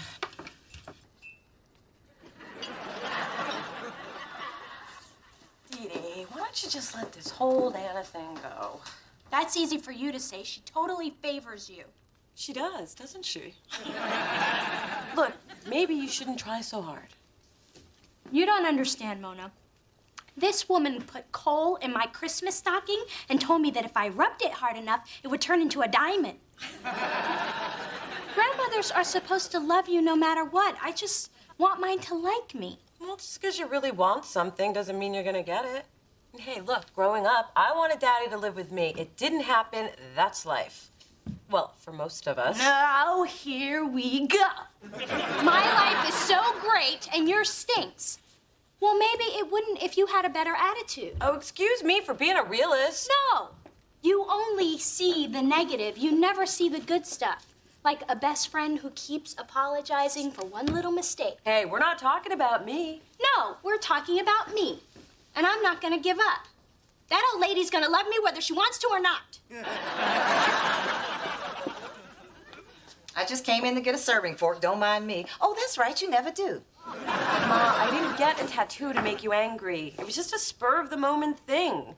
And why does it upset you so much anyway? Because I'm your mother. And because I asked you not to. And because I have one. What? I was young and dumb just like you, and now I'm stuck with it. And it's 3 inches lower than it used to be. What's it a tattoo of? Charles. You have Daddy's name tattooed on some sagging part of your body? Another dumb mistake I made. But mine wasn't a mistake. Then why did you keep it from me? I thought we were closer than that. Well, you asked me not to get one, and I thought I'd respect you by letting you believe I didn't get one. Gotta get points for that? No. Oh. And don't ever let me see it. But if I did see it, what would I see? It's just a little rose with thorns. What the hell kind of tattoo is that? You named me Mona Rose Thorne. I had to work with that somehow. So, Mother, are you enjoying the meal? This stuffing is kind of interesting. What did you put in it? Lots of love. Well, besides love, did you put giblets, cornbread, mushroom? Honestly, I don't remember. Mother, what does it matter? Well, it matters if it's a lie. You see, Big Girl here did not prepare this meal at all. She's a phony, hun. Always has been. Mother!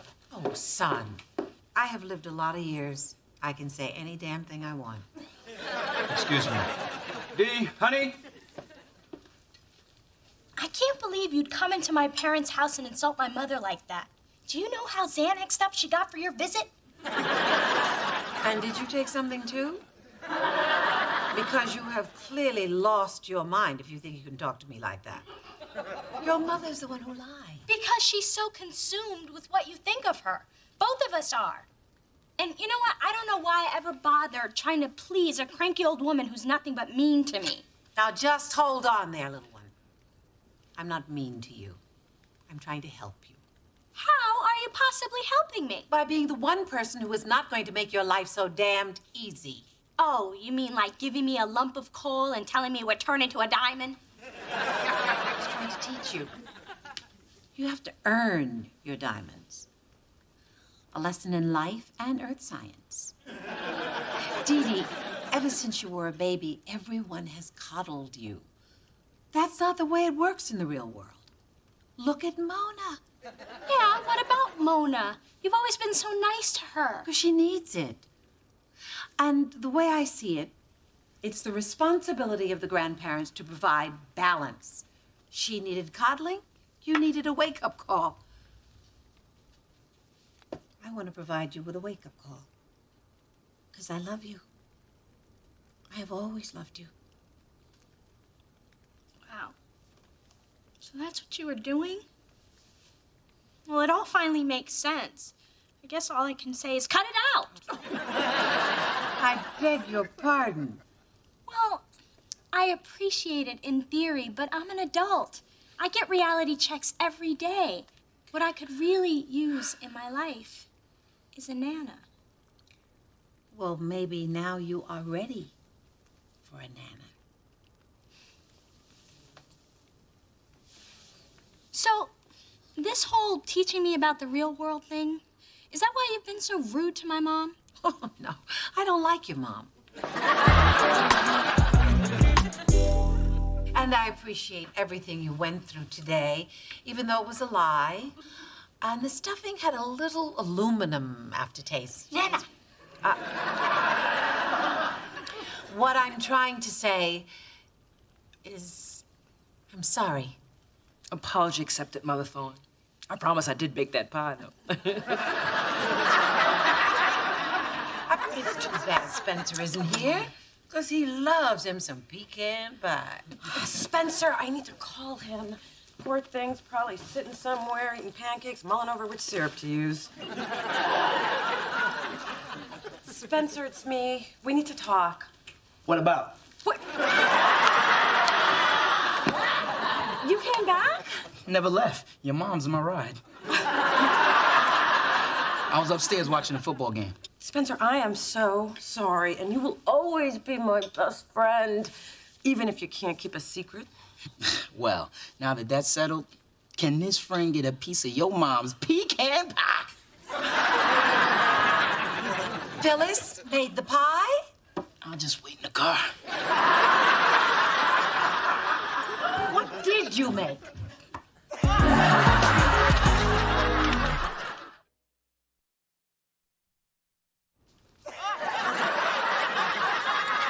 You sit there, Mother Thorne. I'll get you some more turkey. Oh, Coco! What are you doing there? Coco, that turkey's for Mother Thorne.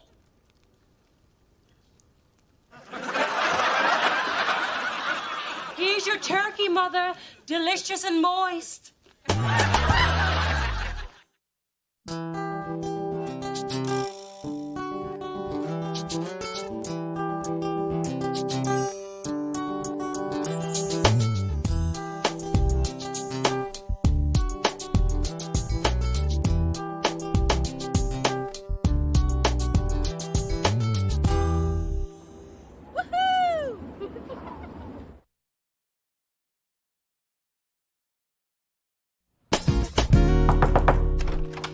Hey.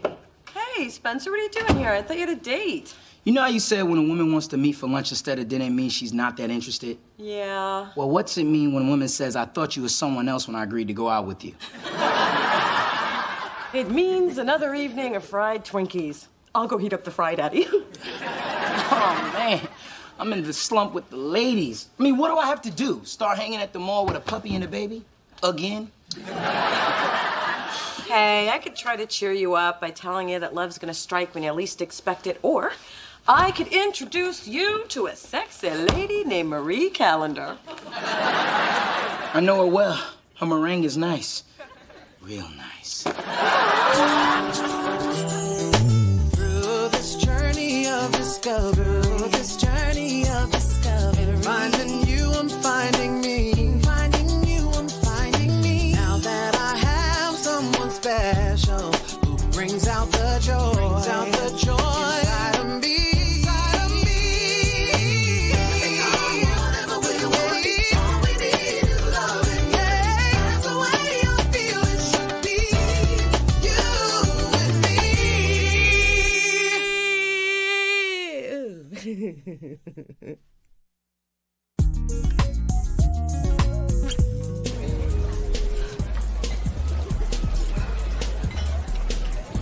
You said cute guys worked out here. All I see are women. I lied. This is a women's only gym. The big women's only gym sign should have been your first clue. So you lured me here under false pretenses? Mona, you have to do something before those muscles of yours give up on ever hearing from you again. Oh, hey Merce, what's up? Just trying to get my friend Geneva here to exercise. She may be thin, but skinny jiggles too. I'm your ex-friend now. She told me there were cute guys at this gym. If it makes you feel any better, I fell for the cute guy thing too. Single women always go for the man bait. Merce, you have only been dating the same guy for 3 weeks. You're just a phone call away from being single your damn self. Please, I am a med student. With my background in anatomy and gymnastics, I'm never single very long. You know what? I'm gonna stop looking at everything through the prism of will there be any decent men there. Me too. No more wearing a thin white t-shirt in the frozen food aisle.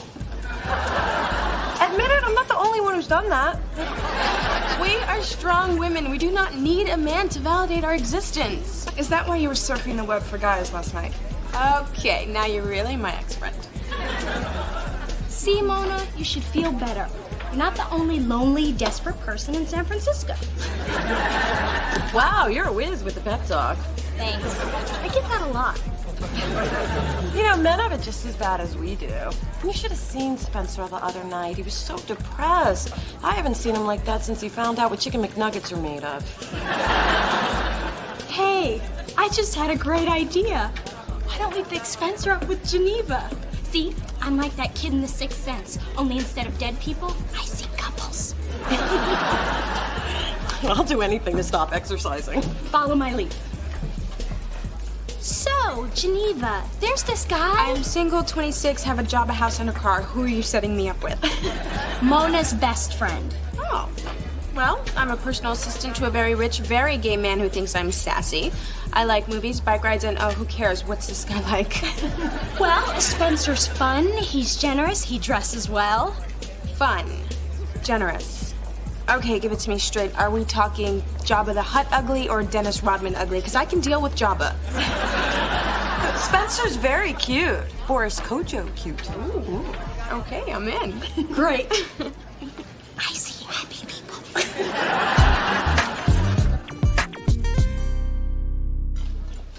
Wait, should Spencer and Geneva sit opposite each other or next to each other?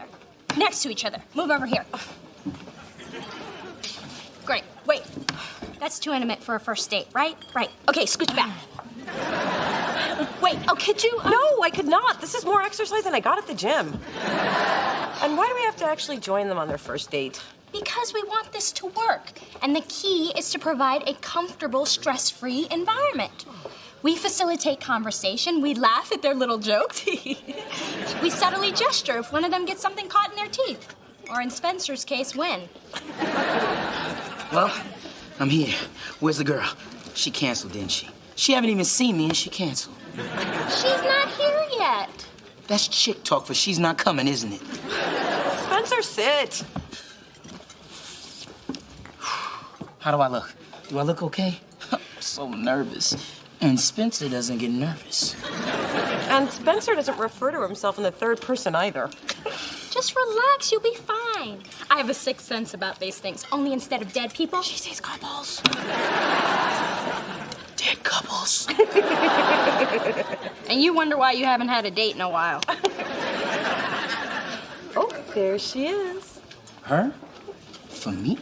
Spencer's impressed. Spencer, Geneva, Spencer. Oh, I just got a little shocked. Me too.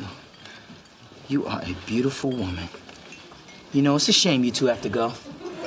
Mona doesn't have to be anywhere. Oh, Dee Dee's schedule is wide open. So's the door. I hear the curb is lovely this time of the year. That is so witty. Isn't he witty, Geneva? Go. I'm telling you, I haven't seen anybody fall in love that fast since Michael Jackson saw the White Noses catalog. You know, I don't think Spencer and Geneva have spent a single night apart since they met, which is good since most of his relationships only last a weekend, give or take a weekend. I don't know what you're so excited about. That boy could have been yours. And what did you do? I'll tell you what you did. You threw him away like that cheese log I gave you last Christmas. And don't tell me you didn't, because I found it in your trash. Ma, what part of Spencer and I are just friends do you not get? The part where you die alone and your cat Bootsy starts nibbling on your fingertips because he's hungry. Bootsy's your cat. And when I die, who do you think's gonna take care of him? Is this conversation only morbid to me? Look, Ma, my point is that Spencer and I were only meant to be friends. And my point is that boy is a keeper. He's like Gumby. He's a little dorky, but he can be molded into something. Bye, Ma. Hi, everybody. Mrs. Thorne. This is my lady, Geneva. Oh, it's nice to meet you. You got yourself a real cat. Oh, thank you. You're welcome. You could do better. Hey, haven't seen much of you two lately. But I bet you've seen plenty of each other, huh? Wink, wink, nudge, nudge. What is it, 6th grade? Spencer and I have news. It's not just news, it's a special report. Geneva and I are moving in together. Oh my God, you guys! I know! Wow, and after only 10 days. Wow. When it's right, it's right. And this is right? Absolutely. I got living, loving, and I like it. Oh, damn. My boss finally figured out how to page me. Gotta go. Later, baby. Later, Schmoopy. Bye. See ya. Have fun at work.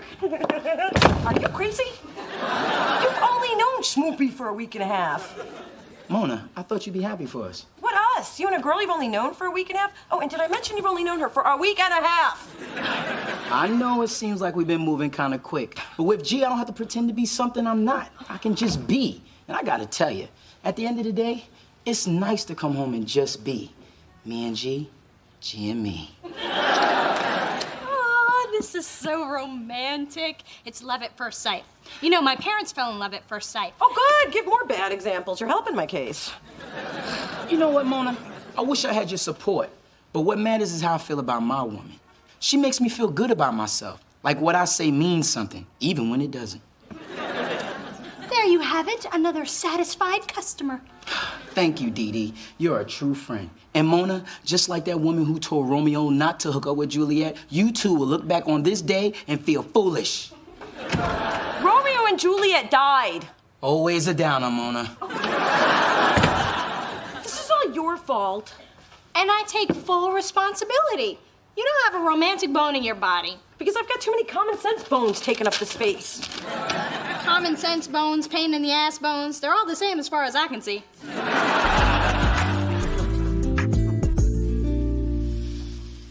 Geneva, how are things going with Spencer? Oh, perfect. I can't wait till Desmond finds out about us. That boy is gonna regret leaving me for that witch Karen. So, you're moving in with Spencer just to get back at your ex? Don't make it sound all selfish. But Spencer's getting something out of it. He gets to live with me until Desmond comes calling back. And you don't feel bad about using him? Maybe a little. No, wait. No.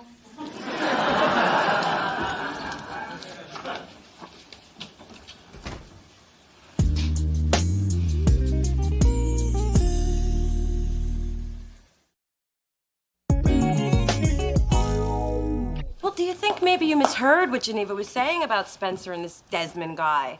Not unless she was talking about Spencer Tracy and Desmond Tutu. But I guess the question is, what are we gonna do about it? No. The real question is, how much of a hurt do you want me to put on him? Because that boy's like a son to me. Nobody's gonna put a hurt on anybody. That's right. This is a delicate situation, and we need to think it through calmly and rationally. And then I can put a hurt on her. Phyllis, we need your expertise here, not your anger. Well, anger is what I'm an expert at. My anger is telling me we need to end this and end it now. Who knows what other evil's around the corner? Hello? I didn't realize you had company. And Phyllis? We're in the middle of a crisis. Oh, maybe I can help. Money crisis, man crisis. Why can't the Democrats get their act together crisis? Because Mama's good, but not that good. Spencer's new girlfriend is totally using him, and we're trying to figure out how to tell him. And the award for best arrival in the nick of time goes to moi. Ladies, the last thing you want to do is tell Spencer. He will only resent you for sticking your nose where it doesn't belong. You know, like when your father wants to have input on what he wears. Dances with Hooves has a point. They always blame the messenger. You know, when your father and I were dating in high school and I found out he was making out with some hussy from the Glee Club, did I blame either one of them? You bet I did. But most of all, I blame that nosy alto who told me. I coughed all through her solo. But I can't just sit back and let this happen to Spencer. I didn't say do nothing. What you do is approach the girlfriend. And put a good old-fashioned Detroit hurt on her. And reason with her. I know being civil is foreign to some of you. Well, one of you. But what I say is let the little schemer know that you're onto her. She'll back down. You know, I remember one time... Mom, we get it. Phyllis had her story. Now it's my turn. I had just arrived in the big city. New York? No, Phoenix. But they had a thriving community theater scene. I was just a young girl with a pair of legs and a dream. Within a year, I was the toast of the town and featured dancer in all the top dinner theaters. Mom, how is this relevant to what's happening to Spencer? I didn't say it was relevant. I just said this was my story. Now, we were doing the whiz, and it was 5 minutes to curtain time, and they just served the chocolate mousse. And Dorothy is stuck in Tucson. When I think of home...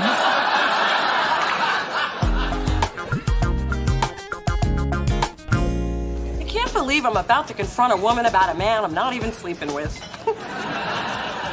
Don't worry, Mona. We're gonna work this out. Oh, here she comes. Hey, girls. Hey, Geneva. Listen, there's no easy way to do this. You but... don't want Spencer and me to move in together, right? No. I mean, yes, but no, that's not what I mean. What I mean is... Look, Geneva, I overheard you and Merce talking in the steam room, and we want you to stop seeing Spencer. Oh. I realize this could be kind of awkward and maybe even a little embarrassing, but you know, what's life without an awkward moment or two? I mean, heck, it wouldn't be my life if there weren't at least 2 to 3 of these a day. So, why don't you break it off with Spencer and we can all get on with our lives, okay? Here's the situation. What I say to my friend Merce in the privacy of the public steam room is none of your business. I may not love Spencer, but I like him. And what I do with the man that I like is between me, him, and the video camera that I got for 30% off at Circuit City. So keep your nose out of my business and back in your Ruffles bag where it belongs. Oh, wait a minute. Hold up, Missy. Nobody talks to my sister that way. And nobody treats my friend the way you're treating Spencer. So you can shake your finger and pop your neck all you want to, but you're gonna tell Spencer the truth. Or we'll tell him ourselves. And then what are you gonna do, huh? Spencer, I don't know why Dee Dee and Mona are saying those terrible things about me. You know you're all I care about. Now, you may think you have his ear, but remember, I'm grabbing onto a whole lot more than that. Is it too late to have your mother put one of those Detroit hurts on her?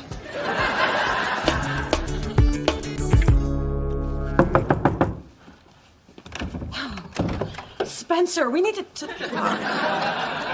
I don't know whatever did to make you turn on me like this, but Geneva and I have a good thing and we're moving in together. Excuse me? She told me what you said. What I said? That I was too good for her, that you were gonna do everything in your power to turn me against her. No, I never said that. That's what she said you say. Now say you said it.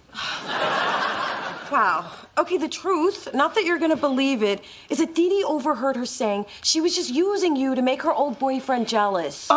She said you say that too. Spencer, come on. In all the years we've known each other, I have never, ever lied to you. Okay, I lied once. Those diesel jeans do make your ass look fat. Mona, you're just not gonna be happy till I'm alone and miserable like you. Okay, fine. Have your little dysfunctional relationship. Just make sure to call me when your story airs on Jerry Springer. I never thought my best friend would be so jealous. Well, I never thought my best friend would be so whipped. Well, whipped and getting some beats lonely and bitter every time.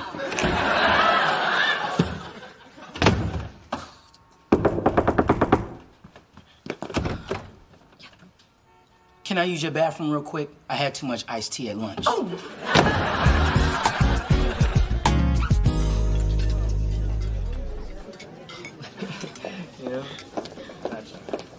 Oh my God, Spencer's here with Schmoopy. Let's go.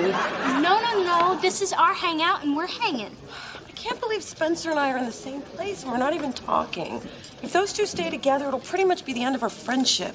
Would you feel better if you just sat back and said nothing? No, but at least I'd still have my friend. They think I care that they're over there, but I don't. It may sound like I do because I keep mentioning that they're over there, but I don't. I can't believe that they're over there.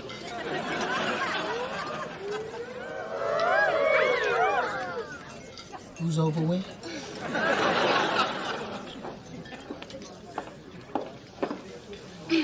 Excuse me, baby. I see someone I know. Uh-oh, Geneva's coming over here. If she hits me, I'm just gonna fall. Be my witness, okay? Well, Karen, first you cozy up to my man and now you're stalking me? Up to your old tricks, I see, or should I say turning?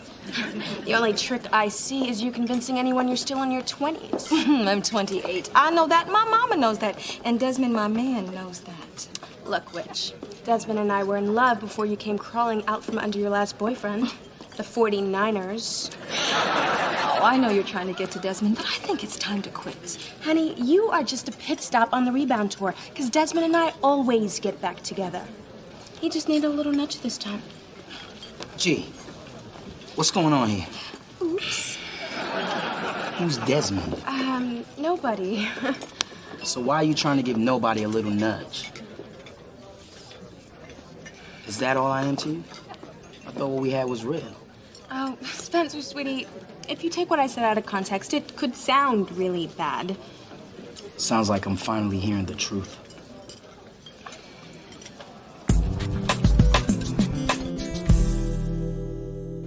I guess it's lucky for me that other woman showed up.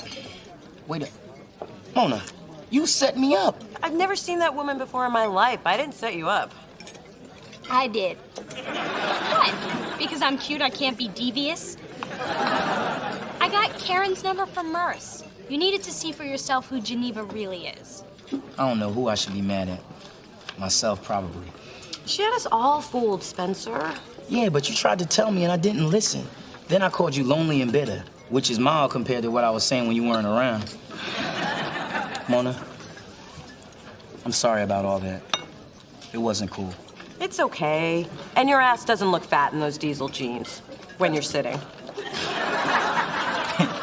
Well, ladies, here we are, single again with nothing to do on a Saturday night. Speak for yourself. I got a man. And I'll begin with him in about 15 minutes. Although, I'd rather stay and hang with you. Oh, that's sweet. See? I'm devious and I can lie with a straight face. I'm gonna make a great lawyer. So you want to go catch a movie? No, I want to go home and deep fry something. I'm thinking sweet potato pie. I like being lonely with you. Let's go get fat.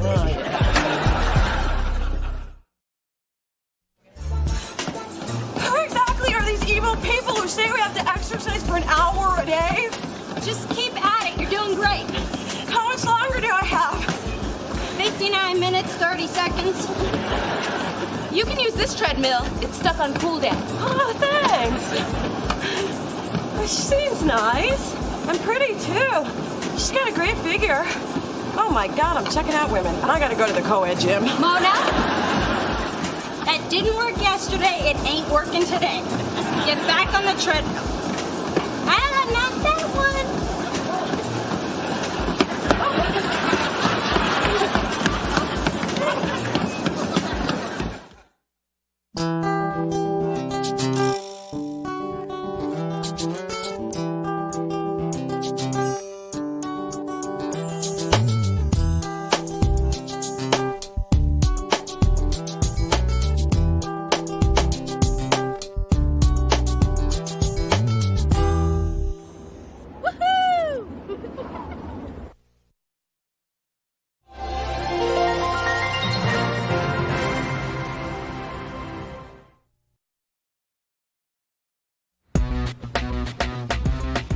Hey, woman.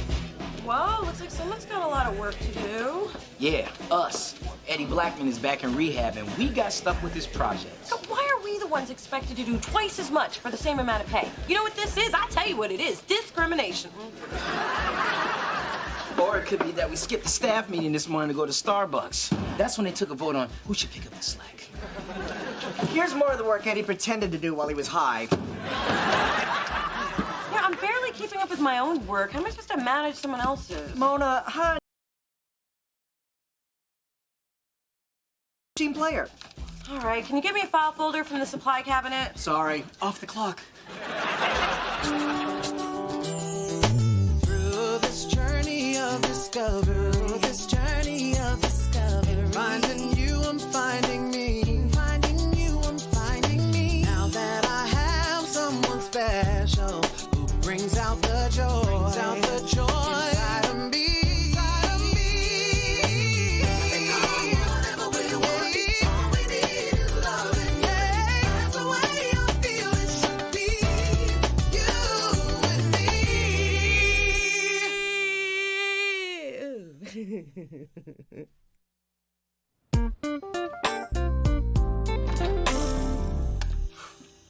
Every time we go out, it's better than the last. Did you put me under some kind of spell or something? Well, it's the, voodoo that I do so well.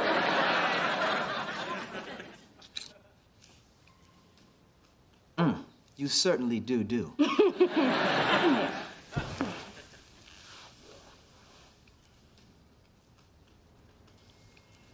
You know, it's getting late. I should go. Go? No! Have to wake up early. Stock market opens at 5. Got to get there before the white boys. True. But, Neil, we've been dating for a while, and we go out, you drop me off, and make that long drive home. It's okay if you want to, spend the night. Really? That's sweet. I'll give you a wake-up call tomorrow.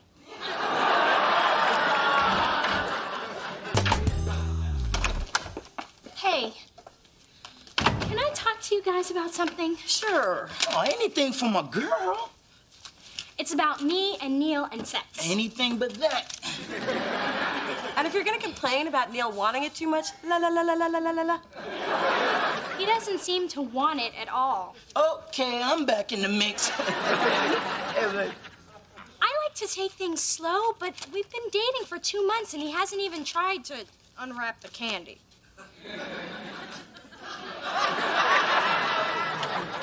Something ain't right. I know. Is something wrong with me? Oh, there's plenty wrong with you. I've been keeping a list. Don't listen to her, D. You're perfect. You're beautiful, you're smart, you got a banging body. And any brother who's not going for the nana when it's being offered up, something ain't right.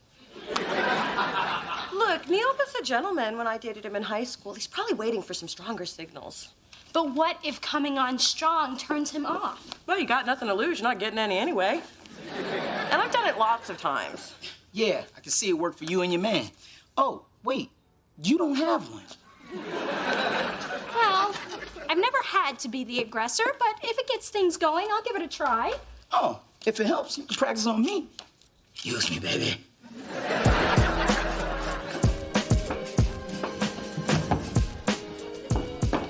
Adam, what are you doing out there? Taking a break. Well, who's supposed to be answering the phone? I don't like to talk about work while I'm on a break. Hey, I didn't know you smoked. Please, I'm bitchy and I'm gay. It's the law. over. I need a break, too. Yeah, I'm doing all the work while that damn Eddie Blackman is somewhere strapped to a warm bed. You know, these cigarette escapes are the only thing that keep me sane. I call them my cig escapes. This is me being clever. Care to join? First one's free. Oh, no. Spencer and I helped each other kick the habit over a year ago, and we haven't fallen off the wagon since. How nice for you. What made you stop? Oh, I don't know. The smell in my hair, the stains on my teeth, the 5 years it shaves off my life. Those last 5 always suck anyway. Well, you better go back inside. I don't want to be responsible for your wagon fall. Come on, Mona. You know you want to take a smoke. Just do it. Do it. Okay, just one puff. Did you say something? Oh, that is good. Yay! A recruit. This makes us smoking buddies. Smutties. Me being clever again. Listen, you've got to promise that you won't mention this to Spencer. Your secret's safe with me. Plus, there's no harm in having one cigarette, right? Oh, that is still good. Mama, it's me. Why do you have the doggone chain on the door? Ma!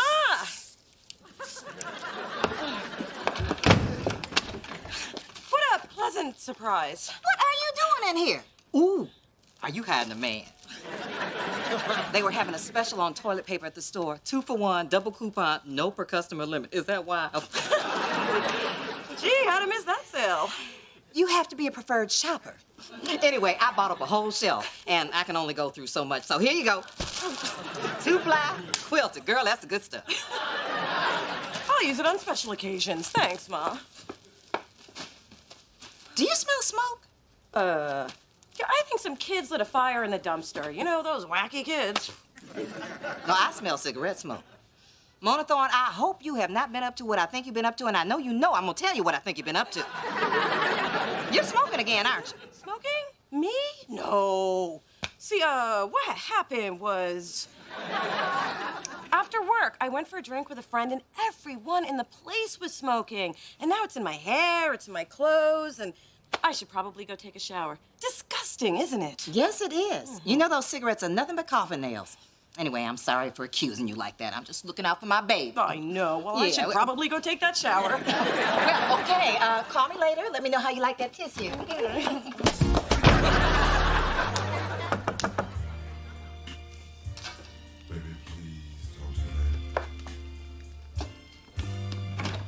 Mother! What are you doing here? I picked up that necklace you want to fix from the jeweler, and having a little rendezvous of sorts. Why would you ask that? Soft music, the candles, the peekaboo booty under that robe you're trying desperately to lengthen. I happen to be practicing some new relaxation study techniques. Of course. What class? From law. Case? Mappy, Ohio. About? Illegal searches. Study aids? One to keep me awake while I read, one to put me to sleep when I'm done. You're good. I won't distract you any longer. Good night, Mother. Good night, dear. What'd you do that for? There are certain things a mother just doesn't want to see.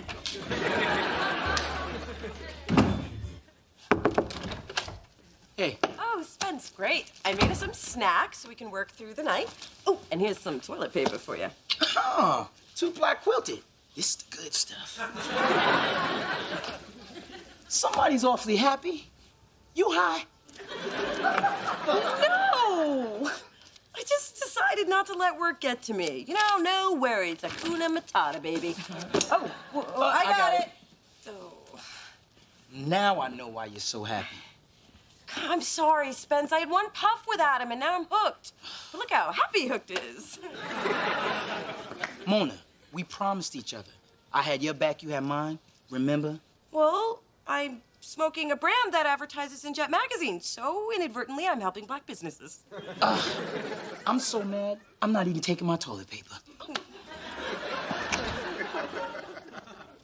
Okay, just one roll.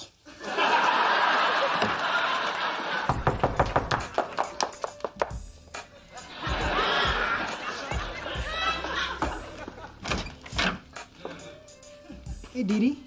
You planning to go to the movie like that? Sorry, I just got out of the shower, and I was about to have a glass of wine. Join me? Okay. Well, cheers. Whoa. I still gotta drive us to that movie. Well, I was thinking, we don't have to go out to a movie. We could just stay in. But I've already ordered the tickets. Fine. I'll go change. Okay. I wasn't gonna say anything, but it really needs to be said, so how shall I say this? Something ain't right. The candles, the music, my peekaboo booty. Aren't you attracted to me? Yes. Oh, yes.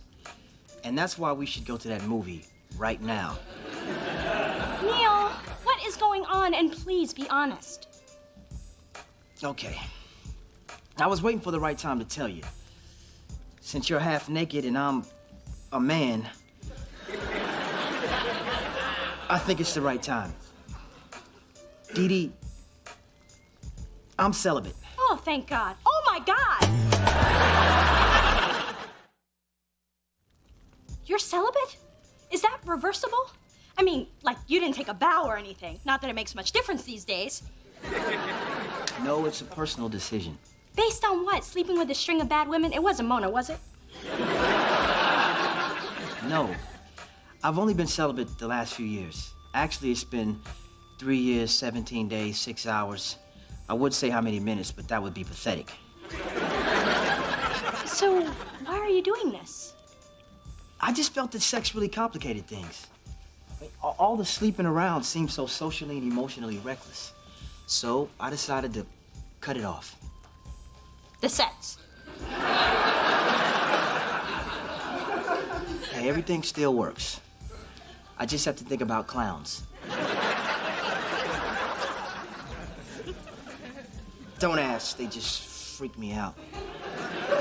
So, all those years of built-up sexual tension, that can't be healthy, can it? Actually, it's worked out pretty well. But I was a little nervous about how you'd take it. So, how you taking it? I'm not sure. Intimacy is really important to me, and I've never had a serious relationship without it. I guess I need time to think. That's cool. But could we keep this just between us? Absolutely. 3 years? That can't be healthy, can it? I knew Neil was too perfect to be true. And I don't know if I can commit to a relationship without any intimacy. This dry spell already has me on edge. Now I know why you're so mean. Look, sex can make relationships weird. So if you care about Neil as much as you bounce around here singing you do, then maybe you should find another way to make it work. Maybe you're right. Not only am I right, I'm tired and I'm going back to bed. Wait, Mona. Since you helped me with my problem, I want to help you with yours. I don't have a problem. Unless you've been wearing essence of nicotine, you've been smoking. Ooh. Why is everyone freaking out? I can stop if I want to. I just don't want to. Mona, I care too much about you to let you puff your life away. Let me help you quit. No, thanks. Mona. All right, I'll do it. Quitting is easy. I've done it lots of times. Good. Then let's start by you giving me all of your cigarettes. Okay. There you go.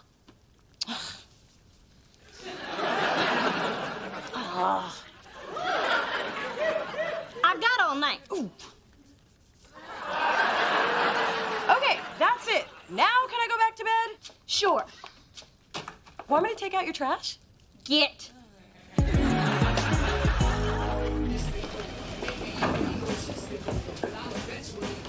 Look, I talked to Dee Dee and she told me she was helping you kick the habit.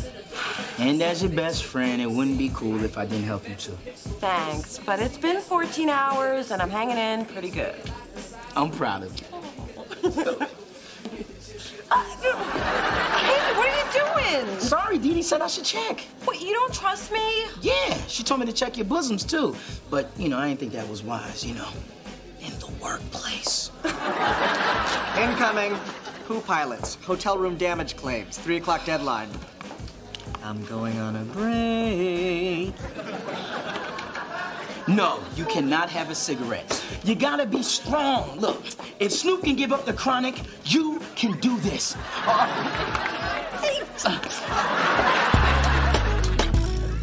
So, I've had time to think about our sexual status, the celibacy thing, and I respect your decision. You mean a lot to me, so I guess I'll just have to get used to the idea of a non-physical relationship. Really? Yes. And you could help by not wearing those sexy button-fly jeans or the Calvin Klein t-shirts that hug your pecs like a second skin. Yeah, you should probably burn those.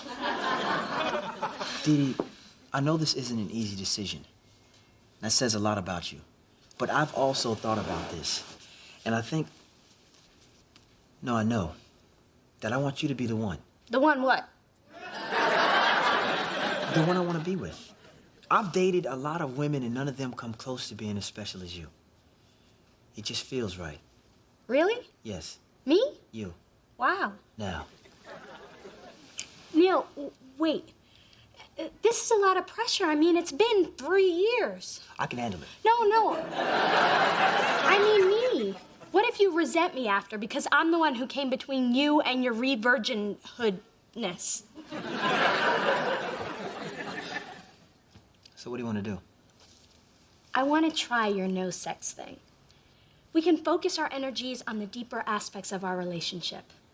What do you think? I think I put a condom and a clean pair of drawers in my pocket for nothing. But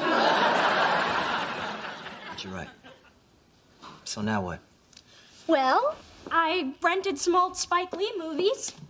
Do the right thing or she's got to have it. Do the right thing.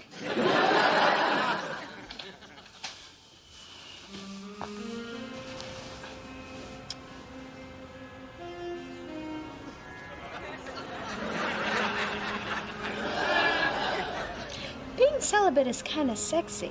Yeah. Yeah, it is. Let's be celibate in my bedroom.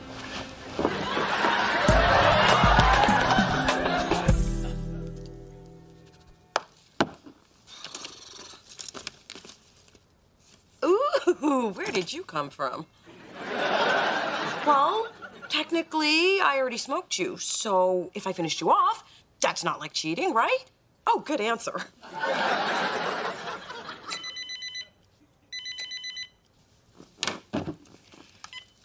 Hello? Are you smoking? Am I what? Aha! You answer the question with the question. Guilty. What are you talking about? Another question? Damn, girl, how many you had? You know, I'm hanging up now, and I am disappointed in you that you have so little faith in me. I mean, what kind of friend are you? The kind of friend you just asked another question to. Put that thing out. I just...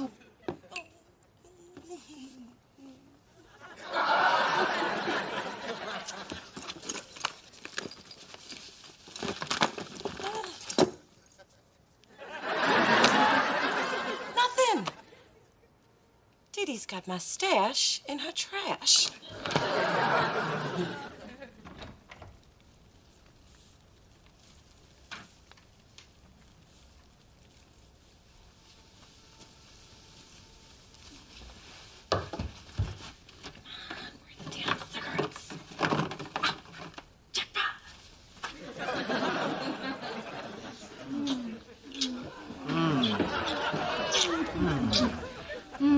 That is what I call worth the wait sex.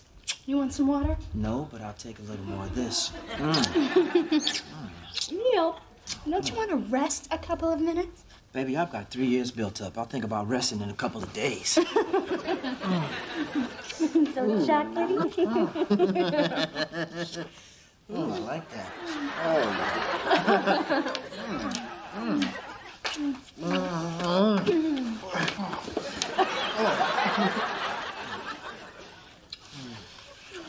Hercules, Hercules. Adam, I know you're on a break, but Spencer, what are you doing out here with him with that? What? Sorry, Mona, I was cool, but all this talk about smoking has got a brother kind of faded. But you're the strong one. How did this happen, Adam? I don't respond to accusations while I'm on a break. Look, I know I let you down, Mo, but I'm human too. Who knew? But wait, if you get hooked, I will never forgive myself. I can't be strong for the both of us. Okay, if you promise not to like this, I promise to go cold turkey. And you can check my hair every day. And my bosoms, too. I'll go cold turkey if you check my bosoms. Okay, I'll do it. For her, not you. And dude, those are not bosoms. I won't let you down this time. God. Huh. Sorry. Pretty slick, Rick. You had no intention of lighting that cigarette. Hey, she believed it, and that's all that matters. See, Mona's not as strong as me, so I had to do what I... Come on, Spencer. What's one little cigarette? Just do it. Okay, you're gonna need to stay away from the nicotine queen.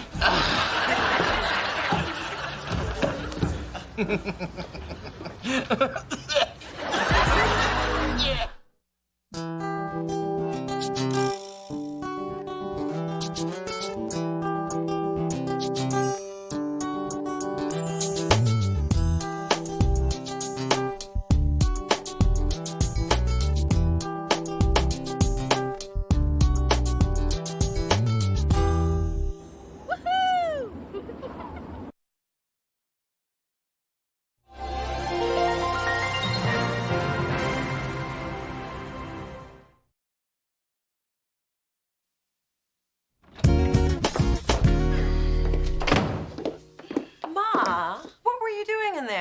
I have a key, remember? That was only for emergencies. And this was one. I had one of those venti lattes on the way to the office, and Nature started calling in a very loud, insistent voice. I mean, sure, I could have gone to a public restroom, but these are my good shoes. Ma, I still can't believe you did that. Did what? What did she do? My mother just comes and goes from my apartment whenever she feels like it. What kind of mother does that? Hello, darlings. And Phyllis. Big Dee Dee. I see Jacqueline Smith is doing some exciting things with polyester. Be careful to stay away from the open plains. Just don't breathe on me, then. Ma, what are you doing with my nightstand? Oh, honey, don't worry. I'm going to get you a new one. This one belongs in the trash. Has a scratch on it. So, just because it has a little imperfection, you're putting it out to pasture? Kind of like life, isn't it, Phyllis?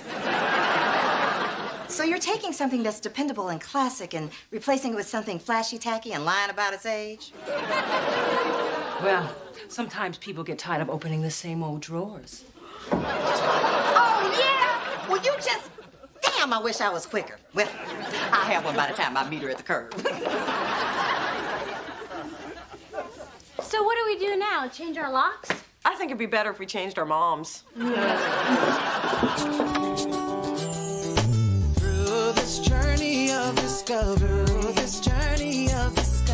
finding you, I'm finding me. Finding you, I'm finding me. Now that I have someone special who brings out the joy, inside of me.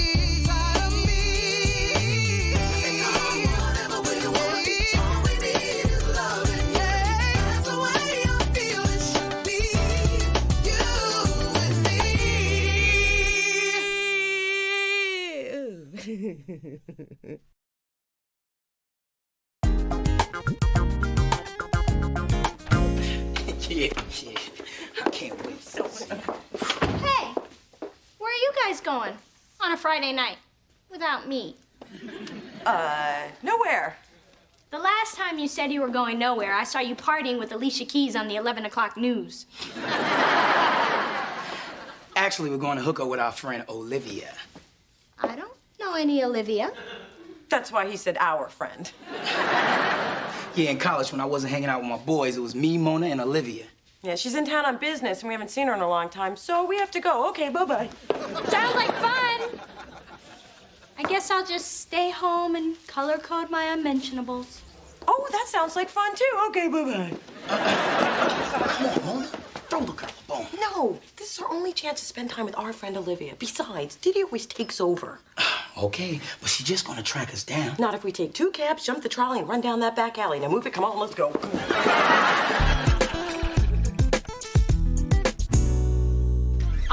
I'm so glad I ran into you guys in the alley. Olivia, tell another story. Okay. Ooh, Spencer. Do you remember the time me, you, and Mona went out to celebrate your getting off academic probation? Oh, no, don't tell it. I'm telling it. So, we decided to go to Steak Chalet for dinner. And back in college, of course, these two were flat broke. Still are. So I said, I'll just put dinner on my credit card. Which was declined. The same thing happened to me once. I was at Bloomie's and they turned down Daddy's card. Of course, it was just a computer error, so I just How is that the same thing? It's not really, but you know how much I love to share. Go on, Olivia. Well, I told these two I only had $100 left on my card. But someone decided he wanted the 32-ounce steak, the twice-baked potatoes, the mashed potatoes, and the potatoes au gratin. I canceled the steak fries. Back in the day, I was a little husky. More like Husky's distant cousin, Ginormous. Anyway, well, we explained the situation to the manager, who was so rude. So we decided to do a hug and jog and crawl out the window of the ladies' room. The only problem was after Olivia and I got out the window, twice-baked potato over here got stuck. It was a very small window. No, it wasn't. Laughing at my pain? No, we're just laughing at your chubby little legs flailing over a toilet. Oh, don't be so sensitive, Spencer. I mean, that's all in the past. Look at you. Oh, buff and tender. Looking kind of tasty these days. You're, Well said. I'm so glad I invited myself to your mini reunion. There's so much about Mona I never knew. And I never even knew you existed, so we're both learning. How long are you in town? Just until tomorrow. So, Mona, if you're hiding any other siblings, you better call them up now. Hell, I didn't even call this one. She's just got the nose of a bloodhound.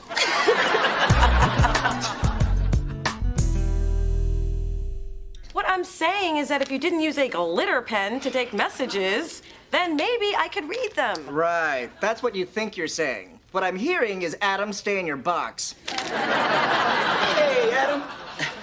Man, he's been cranky ever since they took away his Men of Soul Food screensaver. Wasn't it great seeing Olivia last night? So what'd you do after you dropped her off?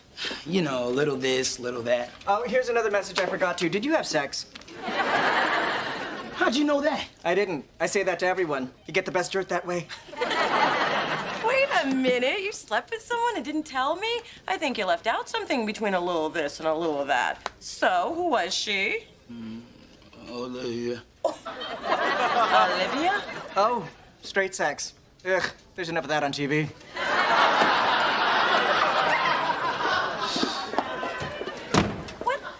What do you mean you slept with Olivia? Mona, I'm a gentleman. Don't make me paint a picture.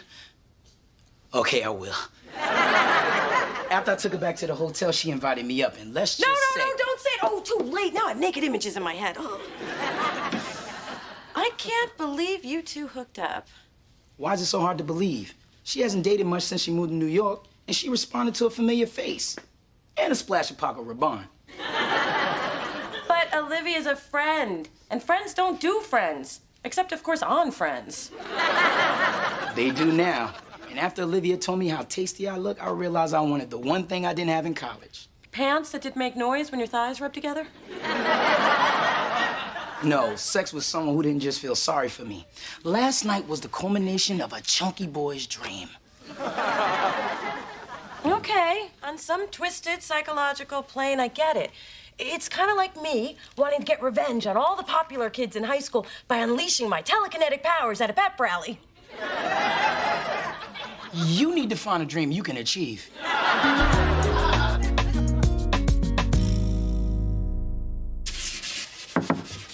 Mona, I brought your... What are you doing with my nightstand? Hey, once it's on the street, it belongs to whoever finds it. And after I pried that wino's hands off it, it was mine. Hey, don't look at me like that. Them's the rules. So, what's your plan? Oh, I'm gonna sand it down so I can see it in its natural state. You probably don't know this about me, but I'm quite crafty. Ooh, I love learning new things about my sister, like meeting your friend Olivia last night. Oh, you mean Spencer's latest sexual conquest? Spencer and Olivia slept together? Wow. She seemed like she had better taste than that. The point is, there's some lines you just don't cross. Look, Spencer's a guy, and guys want to do guy things, which are girls. But Spencer totally took advantage of Olivia's dating drought. Men are such whores. You sound like you're jealous or something. Jealous? About Spencer? You're looking a little green, and I don't think it's the cheap jewelry. Please, I could have had Spencer. I almost did. What? When? And why am I just hearing about this? We were in college, we were drunk, we were bored. But when skin hit skin, we sobered up quick, thank God. Wow. I thought you had better taste than that. The point is, no good can come from friend sex. I don't know, Mona. I remember one time my friend Donovan and I slept together. It was romantic, it was passionate, and completely fulfilling. And it didn't change things? Of course not. Although, come to think of it, I haven't heard from him since. Men are whores.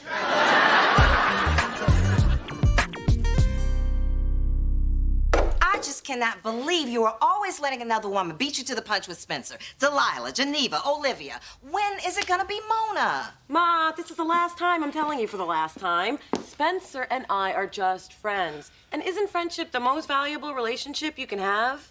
Honey, friendship ain't gonna give me no grandbabies. Did you want it to look like that? No, I'm not done. I want it to look distressed. Oh, then you should have stopped an hour ago. Mom! I'm just saying. Took you 2 weeks to do what I could have done in 10 minutes with a martini and a sledgehammer. Hi, ladies. Mona, I just happened by an art store, so I picked up a few things in case what you're doing to the nightstand doesn't work out. What makes you think it's not gonna work out? Looking at it, mostly. It'll look great once I buff it out. No, it won't. Come on, all I want you to do is listen to my ideas. No, I really don't want Okay, first, we sand it down to get rid of everything you did. Then we whitewash it. Oh.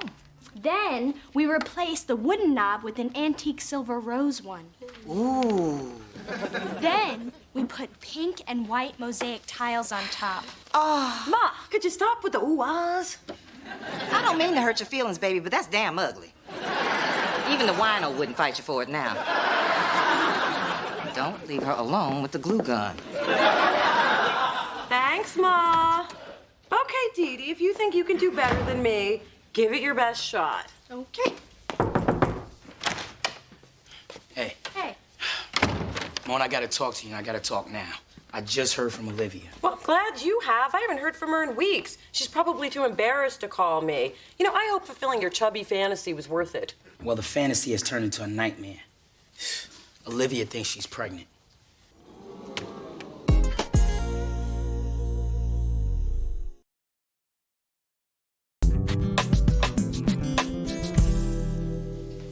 Olivia's pregnant? It's kind of looking that way. Olivia took one of those home pregnancy tests, and now she's just waiting for the doctor to confirm. Wow. I know. I'm not ready for fatherhood. You're barely ready for adulthood. Okay, people, let's not freak out. I mean, maybe Olivia's just late. It's pretty hard to get pregnant when you use protection. Spencer! You did use protection. Only if you're talking about deodorant. You had sex without a condom? That is possibly the stupidest thing you've ever done. And that's counting the time you tried to shave your eyebrows with my Epilady. How could you not put a jacket on your butler? Well, sometimes I do, sometimes I don't. Sometimes? Why not just flip a coin? Hey, everything was happening so fast. Well, not everything. Spencer, there's a convenience store on every corner. They may smell like nachos and feet, but if it keeps somebody from getting pregnant or catching something, then you pull the door open with a handkerchief, hold your nose, and you go on in, damn it. Well, at least someone gets how serious this is. I know how serious this is. Right. Now that you may be having a baby, how about thinking about that before you did the deed? Or how about just thinking? Good. If this wasn't my apartment, that would have been a lot more effective. I'm so mad at Spencer and Olivia. And if she ever returns my call, I'm gonna tell her. And you know what I'm gonna tell you? I'll tell you what I'm gonna tell her. I'm gonna tell her she should have had some condoms her damn self. A girl having her own? That's just tacky. I have a stash. They're a little dusty, but I got them. And I can't believe you don't supply your own. Well, I like champagne and flowers, but I don't supply those for myself either. Are you like sister from another century or something? No, I just happen to care what a guy thinks of me, and having your own makes you look easy. So what do you do for protection? Well, if he doesn't bring his own, I make him stop, put his clothes on, get in the car, and go get some. And then if I like him, I let him back in. Talk about a mood killer. Not if you're me and you're naked when you answer the door. I can't believe you care so much about some guy's perception. Dee Dee, some things are more important than image. Bite your tongue! Image is everything. You take that filth to the street where it belongs. Now, Dee Dee, we have got to get to Saks. They have a big sale tomorrow, which means if we don't go now, we're going to have to fight all the tourists in their too tight sweatsuits. Actually, Mona and I are in the middle of an important conversation. Oh, you're welcome to join in. It's about sex. I think we should start with belts and hats and work our way up to shoes. It's okay, Mom. Mona's just kidding. Look, I think we're past the point of pretending in front of our parents that we don't have sex. No, we're not.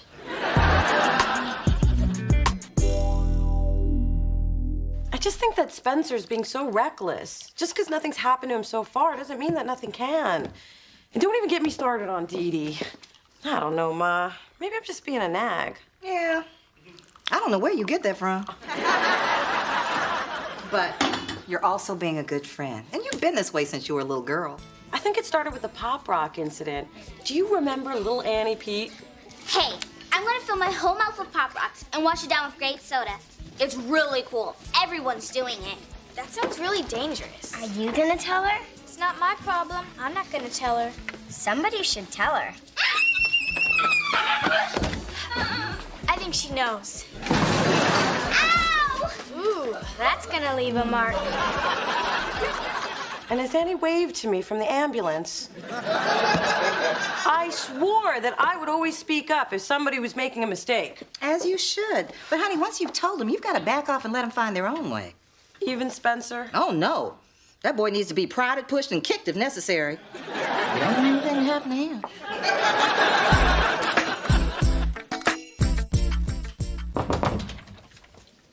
Hey, Mona, I know you're upset with me, but I really need my best friend right now. I have been a little hard on you. I just don't know how to handle this. You, I may be a father. Me, a dad. I mean, what do? Marry Olivia? Get a second job to support little Omar? Omar? Apollonia if it's a girl. I just want to do the right thing. Spencer, I know that this is overwhelming, but we'll get through this together. And I beg you to reconsider Apollonia. Can we keep this on the DL? I don't want word getting out. Oh, please, who would I tell? Well, if it isn't Big Papa. Nice work, Mona. He dragged it out of me. I said, how's Spencer? But it was your tone. I can't believe you're out there waving that thing around without the safety on. It's so 1981. See? Now, I know how uptight you heteros are, so the next time you have a date, stop by my desk on the way out. I have plain ones, studded ones, glow-in-the-dark ones. Ooh, peppermint patty. Big ones, flavored ones, oh, patriotic ones. This one's a real crowd pleaser.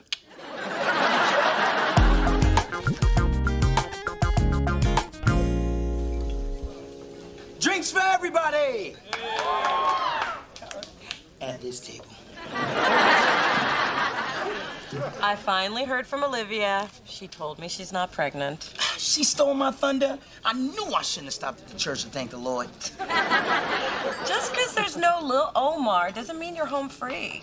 Yes, it does. I'm going clubbing tonight. No, you're not going anywhere until you get tested, which you've obviously never done. Come on, Mona. I was with Olivia. And every person she slept with. And every person that slept with them. I mean, Spencer, wake up. Over 1 million people in this country have HIV, and half of them don't even know they have it or just aren't doing anything about it. This public service announcement has been brought to you by Mona Thorne. I get it. I don't think so, Mr. Sometimes I do, sometimes I don't. Don't you read? The epidemic is growing. And yeah, people may think they can take some kind of pill or cocktail and be okay, but there's no cure. And I don't want to lose my best friend. And I've seen the girls you date. They ain't worth dying for. Okay. No more unsafe sex. But I don't need a test to tell me I'm fine. I don't do clinics. This magazine is ridiculous. Get sexy hair now. Why glamour is in. How to dress 10 pounds slimmer. Oh. No, I'm glad you came down here. Now, believe me, everybody's done this at one time or another, and it's no big deal. I know. And I feel good about my decision. Proud, even. Ezekiel Jackson Jones. Just call me Zeke. Shabba.